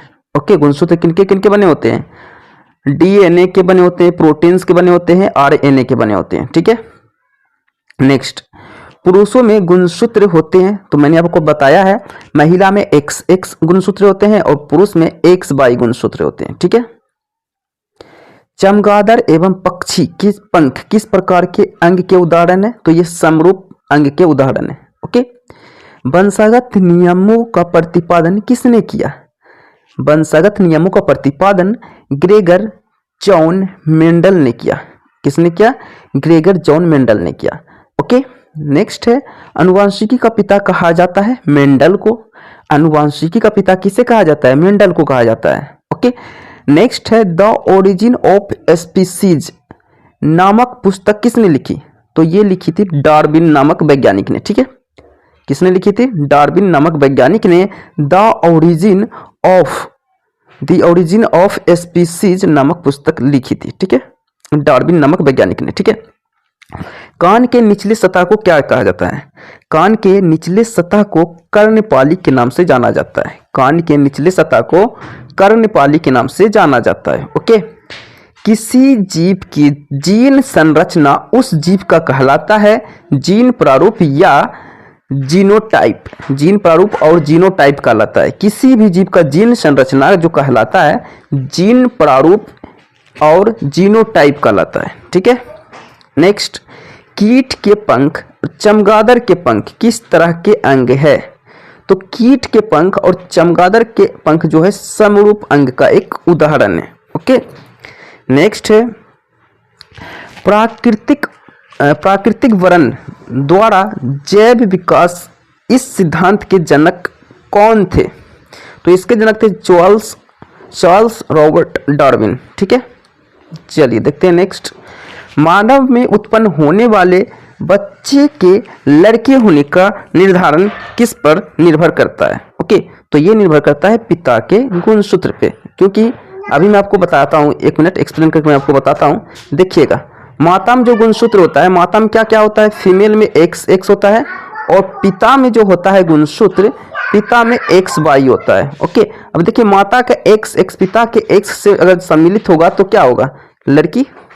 ठीक है, इसी प्रकार अगर माता के एक्स एक्स से पिता का वाई अगर जो कनेक्ट हो जाएगा तब लड़का। ठीक है, यहाँ बात हो रहा था किसका, मतलब लड़का होने का। तो लड़का होने का चांस कब होगा, जब पिता का जो वाई है, वाई गुणसूत्र ये शामिल होगा, है ना, माता के एक्स एक्स से। ठीक है, तो यहाँ पे हो जाएगा पिता के वाई गुणसूत्र पे निर्भर करता है, क्योंकि माता में तो वाई होता ही नहीं। ठीक है, नेक्स्ट है मनुष्य के 22 जोड़े क्रोमोसोम को कहा जाता है ऑटोसोम कहा जाता है। ओके, मनुष्य में 22 जोड़े, 23 जोड़े की बात नहीं हो रही है, बल्कि 22 जोड़े की बात हो रही है, यानी कि 44 गुणसूत्र को कहते हैं ऑटोसोम। मनुष्य में 22 जोड़े क्रोमोसोम को ऑटोसोम के नाम से जाना जाता है। ठीक है, नेक्स्ट, मनुष्य में क्रोमोसोम के 23वें जोड़े को कहते हैं लिंग क्रोमोसोम। देखिए 22वें जोड़े को ऑटोसोम कहते हैं और 23वें जोड़े को लिंग क्रोमोसोम कहते हैं, लिंग क्रोमोसोम कहते हैं। ठीक है, ओके। नेक्स्ट, मानव में बच्चे के लिंग का निर्धारण किस पर निर्भर करता है, तो मैंने अभी आपको बताया था पिता पर निर्भर करता है। ओके, क्योंकि पिता में होता है एक्स वाई, और पिता का ये जो वाई जो गुणसूत्र है अगर माता से सम्मिलित हो जाता है तो लड़का होने के चांसेस हो ही जाते हैं। ठीक है, लड़का ही होता है। ठीक है,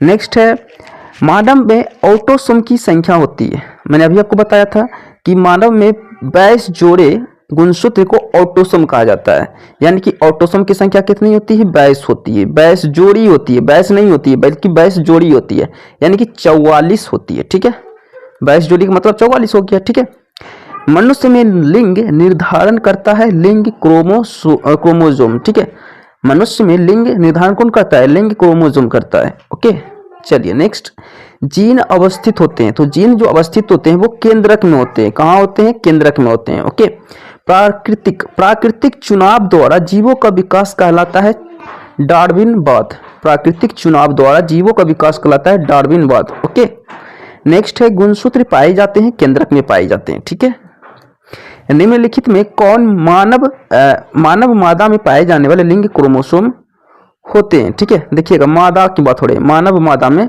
पाए जाने वाले लिंग क्रोमोसोम होते हैं एक्स एक्स। यहाँ पे देखिएगा ये थोड़ा सा मिस्टेक हो चुका है। ओके, यहाँ पे हो जाएगा एक्स एक्स हो जाएगा। ओके, क्योंकि मादा की बात हो रहा है ना। ओके, मादा में एक्स एक्स होता है और नर में एक्स वाई होता है। ठीक है, तो मादा की बात हो रही तो एक्स एक्स इसका राइट आंसर हो जाएगा। ठीक है, ओके। अच्छा, यहीं पे अगर क्वेश्चन को चेंज कर दिया जाता, सोचिए अगर क्वेश्चन को यहाँ पे मादा करके नर कर देता, मादा ना करके नर कर देता। ठीक है, यहाँ पे जो है मादा है ना, इसका जगह नर हम कर देते, तब ये ठीक था, एक्स वाई, तब ये आपका आंसर सही था। ठीक है, लेकिन मादा है इसका मतलब कि वो फीमेल है, तो फीमेल में जो होता है, फीमेल में जो क्रोमोसोम होते हैं वो होते हैं सिर्फ एक्स एक्स, है ना, एक्स वाई जो होते हैं वो होते हैं नर में। ठीक है, ओके। नेक्स्ट, मानव में उत्पन्न होने वाले बच्चे के लड़की होने का निर्धारण किस बात पर निर्भर करता है। ओके, तो लड़की होने का निर्धारण जो निर्भर करता है वो करता है पिता के एक्स गुणसूत्र पे। ठीक है, देखिए माता में सिर्फ एक्स एक्स गुणसूत्र होते हैं, लेकिन पिता में जो होते हैं वो होते हैं एक्स वाई। ओके, तो एक्स माता में तो सिर्फ एक्स एक्स होते हैं। ओके, तो इससे तो लड़का होने के चांसेस होगा ही नहीं, सिर्फ इनके गुणसूत्र पर निर्भर तो करेगा नहीं। तो गुणसूत्र जो वाई है सिर्फ पिता में होते हैं, यानी कि पिता के गुणसूत्र पे निर्भर करते हैं। ठीक है, तो यहाँ पे लड़की की बात हो रही है ना, तो एक्स एक्स जो है जब सम्मिलित होगा तभी लड़की जो है जन्म लेगी। ठीक है, ओके, तभी क्या लेगी, लड़की जन्म लेगी। ठीक है, तो इस प्रकार जो है पिता के एक्स और माता के क्रोमोसोम से मिलेगा तो क्या होगी, लड़की जन्म लेगी। ठीक है, ओके, चलिए। अच्छा, इसी तरह यहाँ पे बोल देता कि बच्चे के लड़का होने की, लड़का, तो लड़का कब होगा, जब पिता के वाई गुणसूत्र जो है मिलेगा तभी होगा। ठीक है, नेक्स्ट देख लेते हैं, जैव विकास को सर्वप्रथम किसने समझाया। जैव विकास को सर्वप्रथम लाइमार्क नामक साइंटिस्ट वैज्ञानिक ने समझाया था। ठीक है, सो इस प्रकार आज की इस वीडियो में हम लोगों ने आनुवंशिकता एवं जैव विकास से रिलेटेड इंपॉर्टेंट आज की इस वीडियो में हम लोगों ने आनुवंशिकता एवं जैव विकास से रिलेटेड इंपॉर्टेंट ऑब्जेक्टिव क्वेश्चंस आज की इस वीडियो में कवर करने की कोशिश की है, जो कि आपके बोर्ड एग्जाम के लिए बहुत ही इंपॉर्टेंट होने वाला था। ठीक है, सो आज के लिए इतना ही। वीडियो अच्छा लगे तो लाइक करें, चैनल पे नहीं तो सब्सक्राइब करें और इस वीडियो को ज़्यादा से ज़्यादा शेयर करें। इसी तरह और भी वीडियोस आपको देखने को मिलेगा। सो आज के लिए इतना ही। So thank you.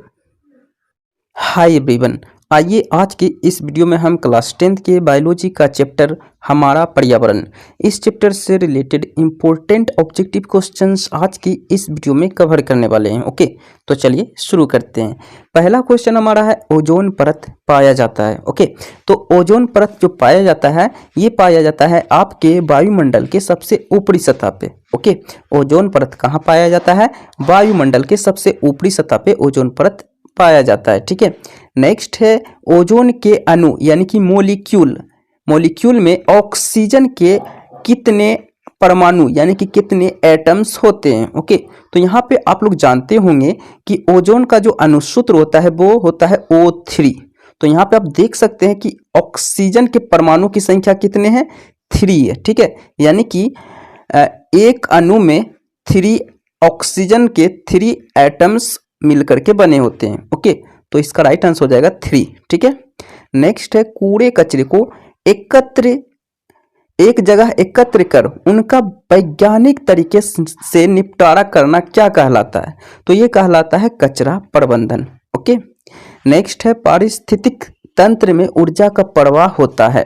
तो पारिस्थितिक तंत्र में ऊर्जा का प्रवाह जो होता है ये होता है एक दिशा में होता है, यानी कि एक दिशीय होता है। ठीक है, नेक्स्ट है ओजोन परत की क्षति का मुख्य कारण क्या है? तो ओजोन परत का उनकी क्षति का मुख्य कारण है क्लोरोफ्लोरोकार्बन यानी कि CFC के कारण ओजोन परत जो है क्षति हो रहा है। ठीक है, नेक्स्ट है प्राथमिक उपभोक्ता कहलाते हैं। तो शाकाहारी जो है प्राथमिक उपभोक्ता कहलाते हैं। ओके, नेक्स्ट है हरे पौधे कहलाते हैं। तो हरे पौधे उत्पादक कहलाते हैं। जितने भी हरे पौधे हैं क्या कहलाते हैं? उत्पादक कहलाते हैं, यानी ऑप्शन नंबर ए इसका राइट आंसर हो जाएगा। ठीक है, नेक्स्ट है निम्नलिखित में कौन अजैव निम्नीकरण है? ओके, तो इन 4 ऑप्शंस में से ऑप्शन नंबर डी प्लास्टिक जो है ये अजैव निम्नीकरण का एक उदाहरण है। ओके, तो आइए सबसे पहले हम लोग समझते हैं कि अजैव निम्नीकरण होता क्या है। ओके, तो नोट पॉइंट में यहाँ पे आप याद रखिएगा, वे पदार्थ जो जैविक प्रक्रमों यानी कि जैविक प्रोसेस द्वारा अपघटित नहीं हो पाते उन्हें अजैव निम्नीकरणीय कहते हैं। ओके, जैसे प्लास्टिक जो है वो आप नष्ट नहीं कर सकते हो, उससे उनका आप अपघटित नहीं कर सकते हो। ठीक है, बाकी सारे को आप जो है जैसे लकड़ी को आप जला करके उसको जो है आप अपघटित कर सकते हो। ओके, लेकिन आप प्लास्टिक को जलाओगे तो वापस आपको प्लास्टिक ही मिलेगा। ठीक है, तो इसे अपघटित नहीं किया जा सकता है। ठीक है, नेक्स्ट है प्रकृति में ऊर्जा का मुख्य स्रोत क्या है?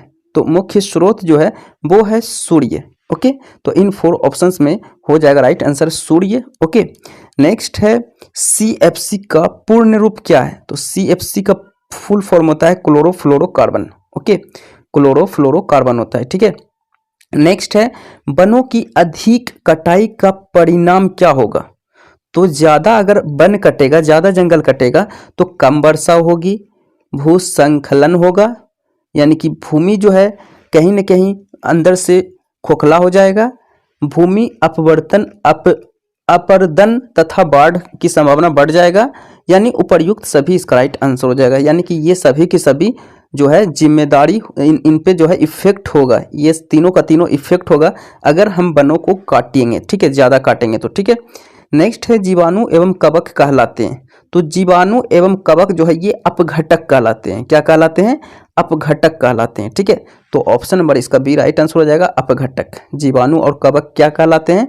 अपघटक कहलाते हैं। ठीक है, नेक्स्ट है सौर ऊर्जा जीव मंडल में निम्न में से किसके द्वारा प्रवेश करती है? ओके, तो सौर ऊर्जा जीव मंडल में जो है ये कहीं ना कहीं हरे पौधे से ही प्रवेश करती है। तो ऑप्शन नंबर ए इसका राइट आंसर हो जाएगा हरे पौधे। ठीक है, नेक्स्ट है ओजोन परत पृथ्वी पे जीवन के लिए महत्वपूर्ण है क्योंकि वह अवशोषित करती है। देखिए ओजोन परत हमारे पृथ्वी पर क्यों जरूरी है, क्यों इसका महत्वपूर्ण है, ये क्या काम करती है, किसको अवशोषित करती है? तो ये जो है सूर्य की ओर से आने वाली पराबैंगनी किरणों को ये अवशोषित कर लेती है। यानी कि पराबैंगनी किरणों को ये क्या कर लेती है? अपने अंदर सोख लेती है, अवशोषित कर लेती है। ठीक है, तो बहुत ही महत्वपूर्ण हो जाता है हमारे पृथ्वी के लिए। ठीक है, ओके, नेक्स्ट है वन पारिस्थितिक तंत्र में हिरण होते हैं। तो वन पारिस्थितिक तंत्र में हिरण उपभोक्ता होते हैं। ठीक है, प्राथमिक उपभोक्ता होते हैं। वन पारिस्थितिक तंत्र में आपका हिरन जो है प्राथमिक उपभोक्ता में आ जाएगा। ठीक है, अब यहाँ पे नोट पॉइंट में देखिएगा, यदि वे सीधे पौधों पर निर्भर करते हैं तो उन्हें प्राथमिक उपभोक्ता कहते हैं, है ना। वो सभी जीव जो सीधे के सीधे जो है पेड़ पौधे पे पादपों पे निर्भर करते हैं उसे प्राथमिक उपभोक्ता कहते हैं। ओके, लेकिन यदि जानवर या अन्य जानवरों को खाते हैं जो पौधे खाते हैं तो उन्हें द्वितीयक उपभोक्ता कहा जाता है। ओके, तो यहाँ पे आपको सिर्फ यहाँ पे इस क्वेश्चन में प्राथमिक उपभोक्ता की बात हो रही है, तो यहाँ से यहाँ तक आपको समझ लेना है। ठीक है, यानी कि वे सभी के सभी जीव जो सिर्फ पेड़ पौधे पर डिपेंड होते हैं तो उन्हें ही प्राथमिक उपभोक्ता कहते हैं। ठीक है, नेक्स्ट यहाँ पे देख लेते हैं, अपघटक का उदाहरण है। तो अपघटक का उदाहरण क्या है? कवक। कवक क्या है? अपघटक का उदाहरण है। तो ऑप्शन नंबर है इसका राइट आंसर हो जाएगा कवक। ठीक है, ओके, तो कवक इसका राइट आंसर हो गया। ठीक है, अब यहाँ पे आइए हम इसे और अच्छे से समझ लेते हैं। यहाँ पे देखिएगा, यहाँ पे दिया गया है कि वे जीव जो मृत कार्बनिक पदार्थ में अपना शोषण प्राप्त करते हैं उन्हें अपघटक कहा जाता है। ठीक है, उदाहरण के लिए जीवाणु कवक। ओके, जीवाणु कवक अब क्या है? ये अपघटक के अंतर्गत आते हैं। ठीक है, ओके, चलिए, चिपको आंदोलन का मुख्य उद्देश्य संरक्षित करना था। किसको संरक्षित करना था? ओके, तो चिपको आंदोलन का मुख्य उद्देश्य था वृक्ष को संरक्षित करना। वृक्ष जो कि ज्यादातर काटा जा रहा था उनको जो है संरक्षित करना, उसकी सुरक्षा के लिए चिपको आंदोलन शुरू किया गया था। ठीक है, और ये जो है रेनू गांव से शुरू किया गया था। ठीक है, कहाँ शुरू किया गया? कौन सा गांव से? रेनू नामक गांव से शुरू किया गया था। ठीक है, ओके, चलिए देखते हैं नेक्स्ट। पर्यावरण के अंतर्गत आते हैं, तो यहाँ पे आप देख सकते हैं आपका जो जल मंडल है, स्थल मंडल है, जल मंडल है, जैव मंडल है, ये सभी के सभी जो आप देख रहे हैं ये सभी के सभी जो है ये पर्यावरण के अंतर्गत आने वाले शब्द है। ठीक है, जल मंडल, स्थल मंडल, जैव मंडल, ये सभी बड़ी पर्यावरण के एक भाग है। ठीक है, ओके, यानी इनमें सभी इसका राइट आंसर हो जाएगा। ठीक है, नेक्स्ट है, उत्पादकों पर निर्भर रहने वाले जीव कहलाते हैं उपभोक्ता। उत्पादकों पर निर्भर रहने वाले जीव क्या कहलाते हैं?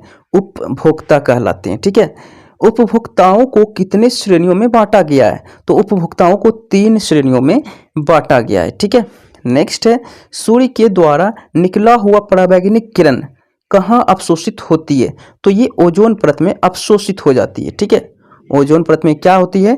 अवशोषित हो जाती है। ठीक है, ओके, इसीलिए ओजोन परत हमारे पृथ्वी के लिए बहुत ही महत्वपूर्ण हो जाता है। ठीक है, नेक्स्ट है, पराबैंगनी किरण के कारण मनुष्य में कौन सा रोग उत्पन्न होता है? ठीक है, देखिए, पराबैंगनी किरण अगर हमारे पृथ्वी पे आएगी तो हमें त्वचा कैंसर हो जाएगा। ठीक है, हमें क्या हो जाएगा? त्वचा कैंसर हो जाएगा। ठीक है, इसी को बचाने के लिए जो है ओजोन परत जो है वो अवशोषित कर लेती है पराबैंगनी किरणों को। ठीक है, यानी पृथ्वी तक नहीं आने देती है। ओके, नेक्स्ट, पादप खाने वाले जीव कहलाते हैं शाकाहारी। पादप मतलब कह सकते हो आप सिर्फ पेड़ पौधा जो खाता है ना, वो क्या कहलाएगा? शाकाहारी कहलाएगा। ठीक है, वैसे जीव जो पौधे एवं जंतु दोनों का भक्षण करते हैं, यानी कि दोनों का इस्तेमाल करते हैं, वो सर्वाहारी कहलाते हैं। ओके, यानी कि पेड़ पौधे से का भी इस्तेमाल क्या करते हैं? ओके, हरी सब्जियां का इस्तेमाल भी करते हैं और मीट का भी इस्तेमाल करते हैं, सर्वाहारी कहलाते हैं। ठीक है, मनुष्य और तिलचट्टा निम्नलिखित में कौन से श्रेणी के जंतु है? तो आप लोग जानते होंगे कि आपका जो मनुष्य जो है, ज्यादातर मनुष्य जो होते हैं वो सर्वाहारी होते हैं, और ये जो तिलचट्टा है ना, तिलचट्टा भी सर्वाहारी होते हैं। ओके, यानी कि तिलचट्टा आप पादप भी खा लेते हैं और मीट भी खा लेते हैं। ठीक है, यानी सर्वाहारी इसका राइट आंसर हो जाएगा। ठीक है, याद रखिएगा। नेक्स्ट है, ओजोन परत के अवक्षय यानी कि उसके हानि के लिए मुख्य रूप से कौन जिम्मेदार है? तो वो जिम्मेदार है CFC यानी कि क्लोरोफ्लोरोकार्बन। ठीक है, क्लोरोफ्लोरोकार्बन का जो इसी के कारण जो है ओजोन परत का जो है क्षति हो रहा है। ठीक है, नेक्स्ट है, मृत शरीर को पचाने वाले जीवों को क्या कहते हैं? तो मृत शरीर को पचाने वाले जीव को अपघटक जीव कहते हैं। ओके, क्या कहते हैं? अपघटक जीव कहते हैं। ओके, नेक्स्ट है, मलेरिया उत्पन्न करने वाला मच्छर जिससे कि मादा एनोफिलेस मच्छर कहा जाता है, किस तरह के जल में उत्पन्न होता है? तो ये गंदा जल में उत्पन्न होता है। ओके, मलेरिया उत्पन्न करने वाले मच्छर जिससे मादा एनोफिलेस मच्छर कहा जाता है, ये गंदे जल में उत्पन्न होते हैं। ओके, नेक्स्ट है, डेंगू उत्पन्न करने वाले मच्छर किस तरह के जल में उत्पन्न होते हैं? तो डेंगू उत्पन्न करने वाले मच्छर जो है ये साफ जल में उत्पन्न होते हैं। ओके, नेक्स्ट है ग्लोबल वार्मिंग के लिए कौन उत्तरदायी है? तो ग्लोबल वार्मिंग के लिए CO2 यानी कि कार्बन डाइऑक्साइड उत्तरदायी है, जिम्मेदार है। ठीक है, नेक्स्ट है ओजोन परत पाई जाती है। तो ओजोन परत पाई जाती है आपका पाई जाती है स्ट्रेटोस्फीयर में। ठीक है, स्ट्रेटोस्फीयर एक कह सकते हो एक अवस्था है। ओके, एक स्टेट है जो कि हमारे पृथ्वी के ऊपर होता है। ठीक है, ऊपरी परत पे होता है। ठीक है, नेक्स्ट है निम्न में से कौन सा प्राणी मांसाहारी है? तो इसमें से मेढक जो है ये मांसाहारी है, बाकी गाय, बकरी, हिरन ये सभी सभी शाकाहारी है। और ऑप्शन नंबर डी हो जाएगा इसका राइट आंसर, मेढक। मेढक जो है ये मांसाहारी जंतु के अंतर्गत आता है। ठीक है, ओके। सो इस प्रकार आज की इस वीडियो में हम लोगों ने क्लास 10th की बायोलॉजी का चैप्टर हमारा पर्यावरण, इस चैप्टर से रिलेटेड इंपॉर्टेंट ऑब्जेक्टिव क्वेश्चंस हम लोगों ने कवर करने की कोशिश की है, जो कि आपके बोर्ड एग्जाम के लिए बहुत ही इंपॉर्टेंट होने वाला था। ठीक है, सो आज के लिए इतना ही। वीडियो अच्छा लगे तो लाइक करें, चैनल पे नए तो सब्सक्राइब करें और इस वीडियो को ज़्यादा से ज़्यादा शेयर करें। ओके, सो मिलते हैं हम लोग नेक्स्ट वीडियो में। आज के लिए इतना ही। So thank you. Hello everyone, आइए आज के इस वीडियो में हम क्लास 10th की बायोलॉजी का चैप्टर प्राकृतिक संसाधनों का प्रबंधन, इस चैप्टर से रिलेटेड इंपॉर्टेंट ऑब्जेक्टिव क्वेश्चंस आज की इस वीडियो में देखने वाले हैं। ओके, तो चलिए शुरू करते हैं। पहला क्वेश्चन हमारा है ऊर्जा का पारंपरिक स्रोत क्या है? ओके, तो सबसे पहले आप ये समझो कि पारंपरिक स्रोत होता क्या है। ठीक है, तो देखिए पारंपरिक स्रोत वैसा स्रोत होता है जो पृथ्वी पर पहले से ही मौजूद है, यानी कि आज के दौर में उसे टेक्नोलॉजी की मदद से खोजा नहीं गया है, बल्कि वो पहले से ही इस पृथ्वी पर मौजूद है। ओके, जैसे हम लोग बात कर ले सौर ऊर्जा की, तो ये एक टेक्नोलॉजी का एक उदाहरण है। इसे टेक्नोलॉजी के तौर पे अभी खोजा गया है। ठीक है, पवन ऊर्जा ये भी टेक्नोलॉजी के आधार पे ये भी काम करता है। बायोगैस ये भी टेक्नोलॉजी के आधार पे काम करता है। लेकिन कोयला पहले से ही इस पृथ्वी पर, हमारे इस संसार में पहले से ही मौजूद है, यानी ये एक पारंपरिक स्रोत है। ओके, यानी कोयला इसका राइट आंसर हो गया। ठीक है, चलिए इसी तरह हम नेक्स्ट क्वेश्चन देखते हैं। देखिए पारंपरिक हो गया ना, और ये है गैर परंपरागत। ओके, गैर परंपरागत स्रोत। ओके, तो गैर परंपरागत स्रोत जस्ट इसका अपोजिट हो जाएगा, यानी कि वैसा स्रोत जो पृथ्वी पर पहले से मौजूद नहीं था, लेकिन इसे जो है टेक्नोलॉजी की मदद से जो है बनाया गया, यूज करने के लिए, इस्तेमाल करने के लिए खोजा गया टेक्नोलॉजी की मदद से। ठीक है, जैसे कोयला पहले से ही पृथ्वी पर मौजूद है, पेट्रोल ये भी पहले से ही पृथ्वी पर मौजूद है, डीजल ये भी पहले से ही पृथ्वी पर मौजूद है। ये इंसान नहीं बनाता है, इंसान सिर्फ पेट्रोल और डीजल को जो है ये क्या करता है, प्योरीफाई कर देता है। ठीक है, लेकिन पवन ऊर्जा आप लोग जानते होंगे, इनका जो है सिर्फ टेक्नोलॉजी का यूज करके जो है हाल फिलहाल खोजा गया। ठीक है, ओके, यानी कि पवन ऊर्जा क्या है, एक गैर परंपरागत स्रोत है। ओके, और गैर परंपरागत स्रोत में जो होता है ये जो है वो सीमित होता है, यानी इसका जो है सीमित मात्रा नहीं होता है। जैसे कोयला जो है खत्म हो सकता है, कोयला खत्म हो सकता है, पेट्रोल इस धरती पे खत्म हो सकता है, डीजल खत्म हो सकता है, लेकिन पवन ऊर्जा कभी खत्म नहीं होगा। ठीक है, यानी कि ये जो है वो सीमित होता है। ये कैसा होता है, वो सीमित रूप से हम इसका इस्तेमाल कर सकते हैं। ठीक है, लेकिन ये सारे के सारे सीमित होते हैं, ये सारे के सारे धरती पे क्या होते हैं, सीमित होते हैं। ठीक है, यानी खत्म हो जाएगा तो आप इसे नहीं बना सकते हो। ठीक है, ओके, चलिए देखते हैं नेक्स्ट। विश्व के संपूर्ण जल का कितना प्रतिशत जल समुद्रों में पाया जाता है? ठीक है, तो मान लो इस पूरे पृथ्वी पर 100% जल है। ओके, 100% जल में जानते हो 97% जल जो है समुद्र में ही चला जाता है। ओके, किस में चला जाता है, समुद्र में ही पाया जाता है। यानी कि मेरे पास 3% ही जो है हमारे पीने योग्य पानी मेरे पास पहुंचता है। ठीक है, ओके, चलिए देखते हैं नेक्स्ट। वन संरक्षण का उपाय। तो वन संरक्षण का उपाय क्या है, यानी कि जंगल को सुरक्षित करने का उपाय क्या है? तो वृक्षारोपण, यानी कि वृक्ष लगा करके।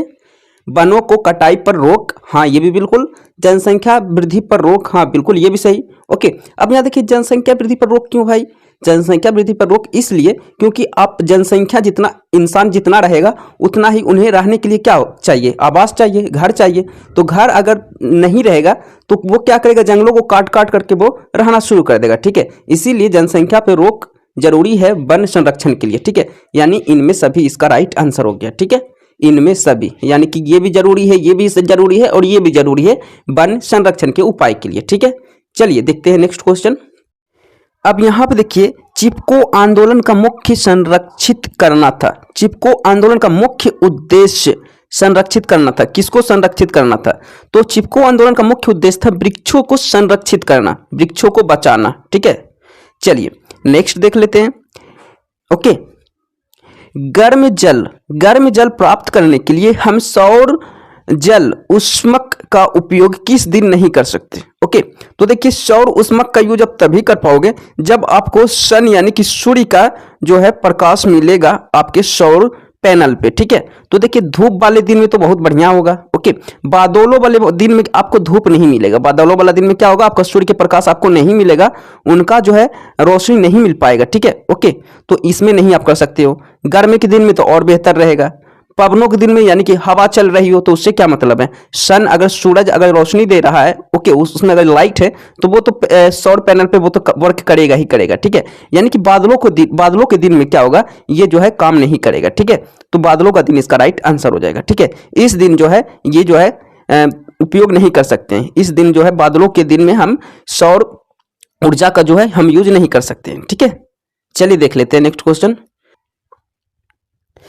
नेक्स्ट है अमृता देवी बिश्नोई का संबंध किस वृक्ष के संरक्षण से है? ओके, तो अमृता देवी बिश्नोई का संबंध जो है ये जो है खेजड़ी वृक्ष के संबंध से है। ओके, खेजड़ी वृक्ष के संबंध से है, खेजड़ी वृक्ष के संबंध से। ठीक है, ओके। नेक्स्ट, वे पदार्थ जो जैविक प्रक्रम द्वारा अपघटित हो जाते हैं कहलाते हैं। ओके, तो वे पदार्थ जो जैविक प्रक्रम यानी कि जैविक प्रोसेस द्वारा अपघटित हो जाते हैं वे कहलाते हैं जैव निम्नीकरणीय। क्या कहलाते हैं? जैव निम्नीकरणीय। ओके, और जस्ट इसके अपोजिट हो जाएगा, वे पदार्थ जो जैविक प्रक्रम द्वारा अपघटित नहीं होते हैं वो कहलाते हैं अजैव निम्नीकरणीय। ठीक है, जस्ट इसका अपोजिट हो जाएगा। ठीक है, नेक्स्ट क्वेश्चन है, वनों के संरक्षण के लिए निम्न में से किन प्रक्रियाओं को नियंत्रित करने की आवश्यकता है? ठीक है, यानी कि आप कह सकते हो वनों को संरक्षण यानी कि जंगलों को बचाने के लिए क्या जरूरी है, किसको नियंत्रित करना जरूरी है? देखिए, पेड़ पौधों की अंधाधुंध कटाई, इसे आप रोकना होगा आपको।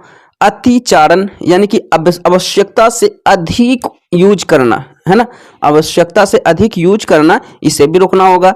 खनन यानी कि खुदाई, जमीन की खुदाई भी आपको रोकना होगा। ठीक है, यानी ये सभी, इनमें सभी इसका राइट आंसर हो जाएगा। ठीक है, ओके, चलिए देख लेते हैं हम लोग नेक्स्ट क्वेश्चन। ओके, नेक्स्ट है चिपको आंदोलन किस वर्ष प्रारंभ हुआ? तो चिपको आंदोलन जो है ये प्रारंभ हुआ था 1970 में। कब प्रारंभ हुआ था? चिपको आंदोलन 1970 में शुरू हुआ था, प्रारंभ हुआ था। ठीक है, ओके। स्वच्छ जल का पीएच मान कितना होता है? स्वच्छ जल का पीएच मान 7 होता है। ओके, देखिए पीएच का फुल फॉर्म होता है, क्या होता है जी बताइए तो? Potence of hydrogen. क्या होता है? पोटेंस ऑफ हाइड्रोजन होता है, याद रखिएगा। ओके, पोटेंस ऑफ हाइड्रोजन इसका फुल फॉर्म होता है। ओके, चलिए देख लेते हैं नेक्स्ट। पर्यावरण दिवस किस दिन को मनाया जाता है? 5 जून को पर्यावरण दिवस मनाया जाता है। ओके, पर्यावरण दिवस 5 जून को मनाया जाता है। गंगा कार्य योजना की किस वर्ष प्रारंभ हुई थी? गंगा कार्य योजना किस वर्ष प्रारंभ हुई थी? तो ये हुई थी 1985 ईस्वी में। कब हुई थी? 1985 ईस्वी में गंगा कार्य योजना प्रारंभ हुई थी। ठीक है, नेक्स्ट है कालीफॉर्म एक है, तो कालीफॉर्म एक जीवाणु है। कालीफॉर्म क्या है? एक तरह का जीवाणु है। ठीक है, CFC का फुल फॉर्म क्या होता है? तो आप सबको पता है CFC का फुल फॉर्म होता है क्लोरोफ्लोरोकार्बन। ठीक है, नेक्स्ट, राजस्थान के किस ग्राम में यानी कि किस गांव में चिपको आंदोलन के क्रम में महिलाओं ने जाने दी थी? ठीक है, राजस्थान के किस ग्राम में चिपको आंदोलन के क्रम में महिलाओं को जाने के लिए दी गई थी? ठीक है, तो वो है राजस्थान के रेनी गांव में। ठीक है, और यहीं से जो है चिपको आंदोलन जो है शुरू हुआ था। ठीक है, नेक्स्ट है ग्लोबल वार्मिंग के लिए कौन सी गैस उत्तरदायी है? तो ग्लोबल वार्मिंग के लिए कार्बन डाइऑक्साइड गैस उत्तरदायी है, यानी कि CO2। ओके, कार्बन डाइऑक्साइड मतलब CO2। ठीक है, ग्लोबल वार्मिंग के लिए कौन सी गैस उत्तरदायी है? कौन जिम्मेदार है? कार्बन डाइऑक्साइड जिम्मेदार है। ठीक है, किसके लिए? ग्लोबल वार्मिंग के लिए। ठीक है, नेक्स्ट है जल दिवस कब मनाया जाता है? जल दिवस 22 मार्च को मनाया जाता है। जल दिवस कब मनाया जाता है? 22 मार्च को जल दिवस के रूप में मनाया जाता है। ठीक है, कालीफॉर्म मनुष्य के शरीर में कहाँ पाया जाता है? तो कालीफॉर्म मनुष्य के शरीर में आंत में पाया जाता है। मनुष्य के आंत में कालीफॉर्म पाया जाता है। ओके, सरदार सरोवर बांध किस नदी पर निर्मित है, यानी कि किस नदी पर बना हुआ है? तो सरदार सरोवर बांध नर्मदा नदी पर बना हुआ है। ओके, नेक्स्ट है टिहरी बांध का निर्माण किस प्रदेश में किया गया? तो टिहरी बांध का निर्माण उत्तराखंड प्रदेश में किया गया है। ओके, टिहरी बांध का निर्माण उत्तराखंड प्रदेश में किया गया है। चिपको आंदोलन के अग्रणी नेता कौन थे?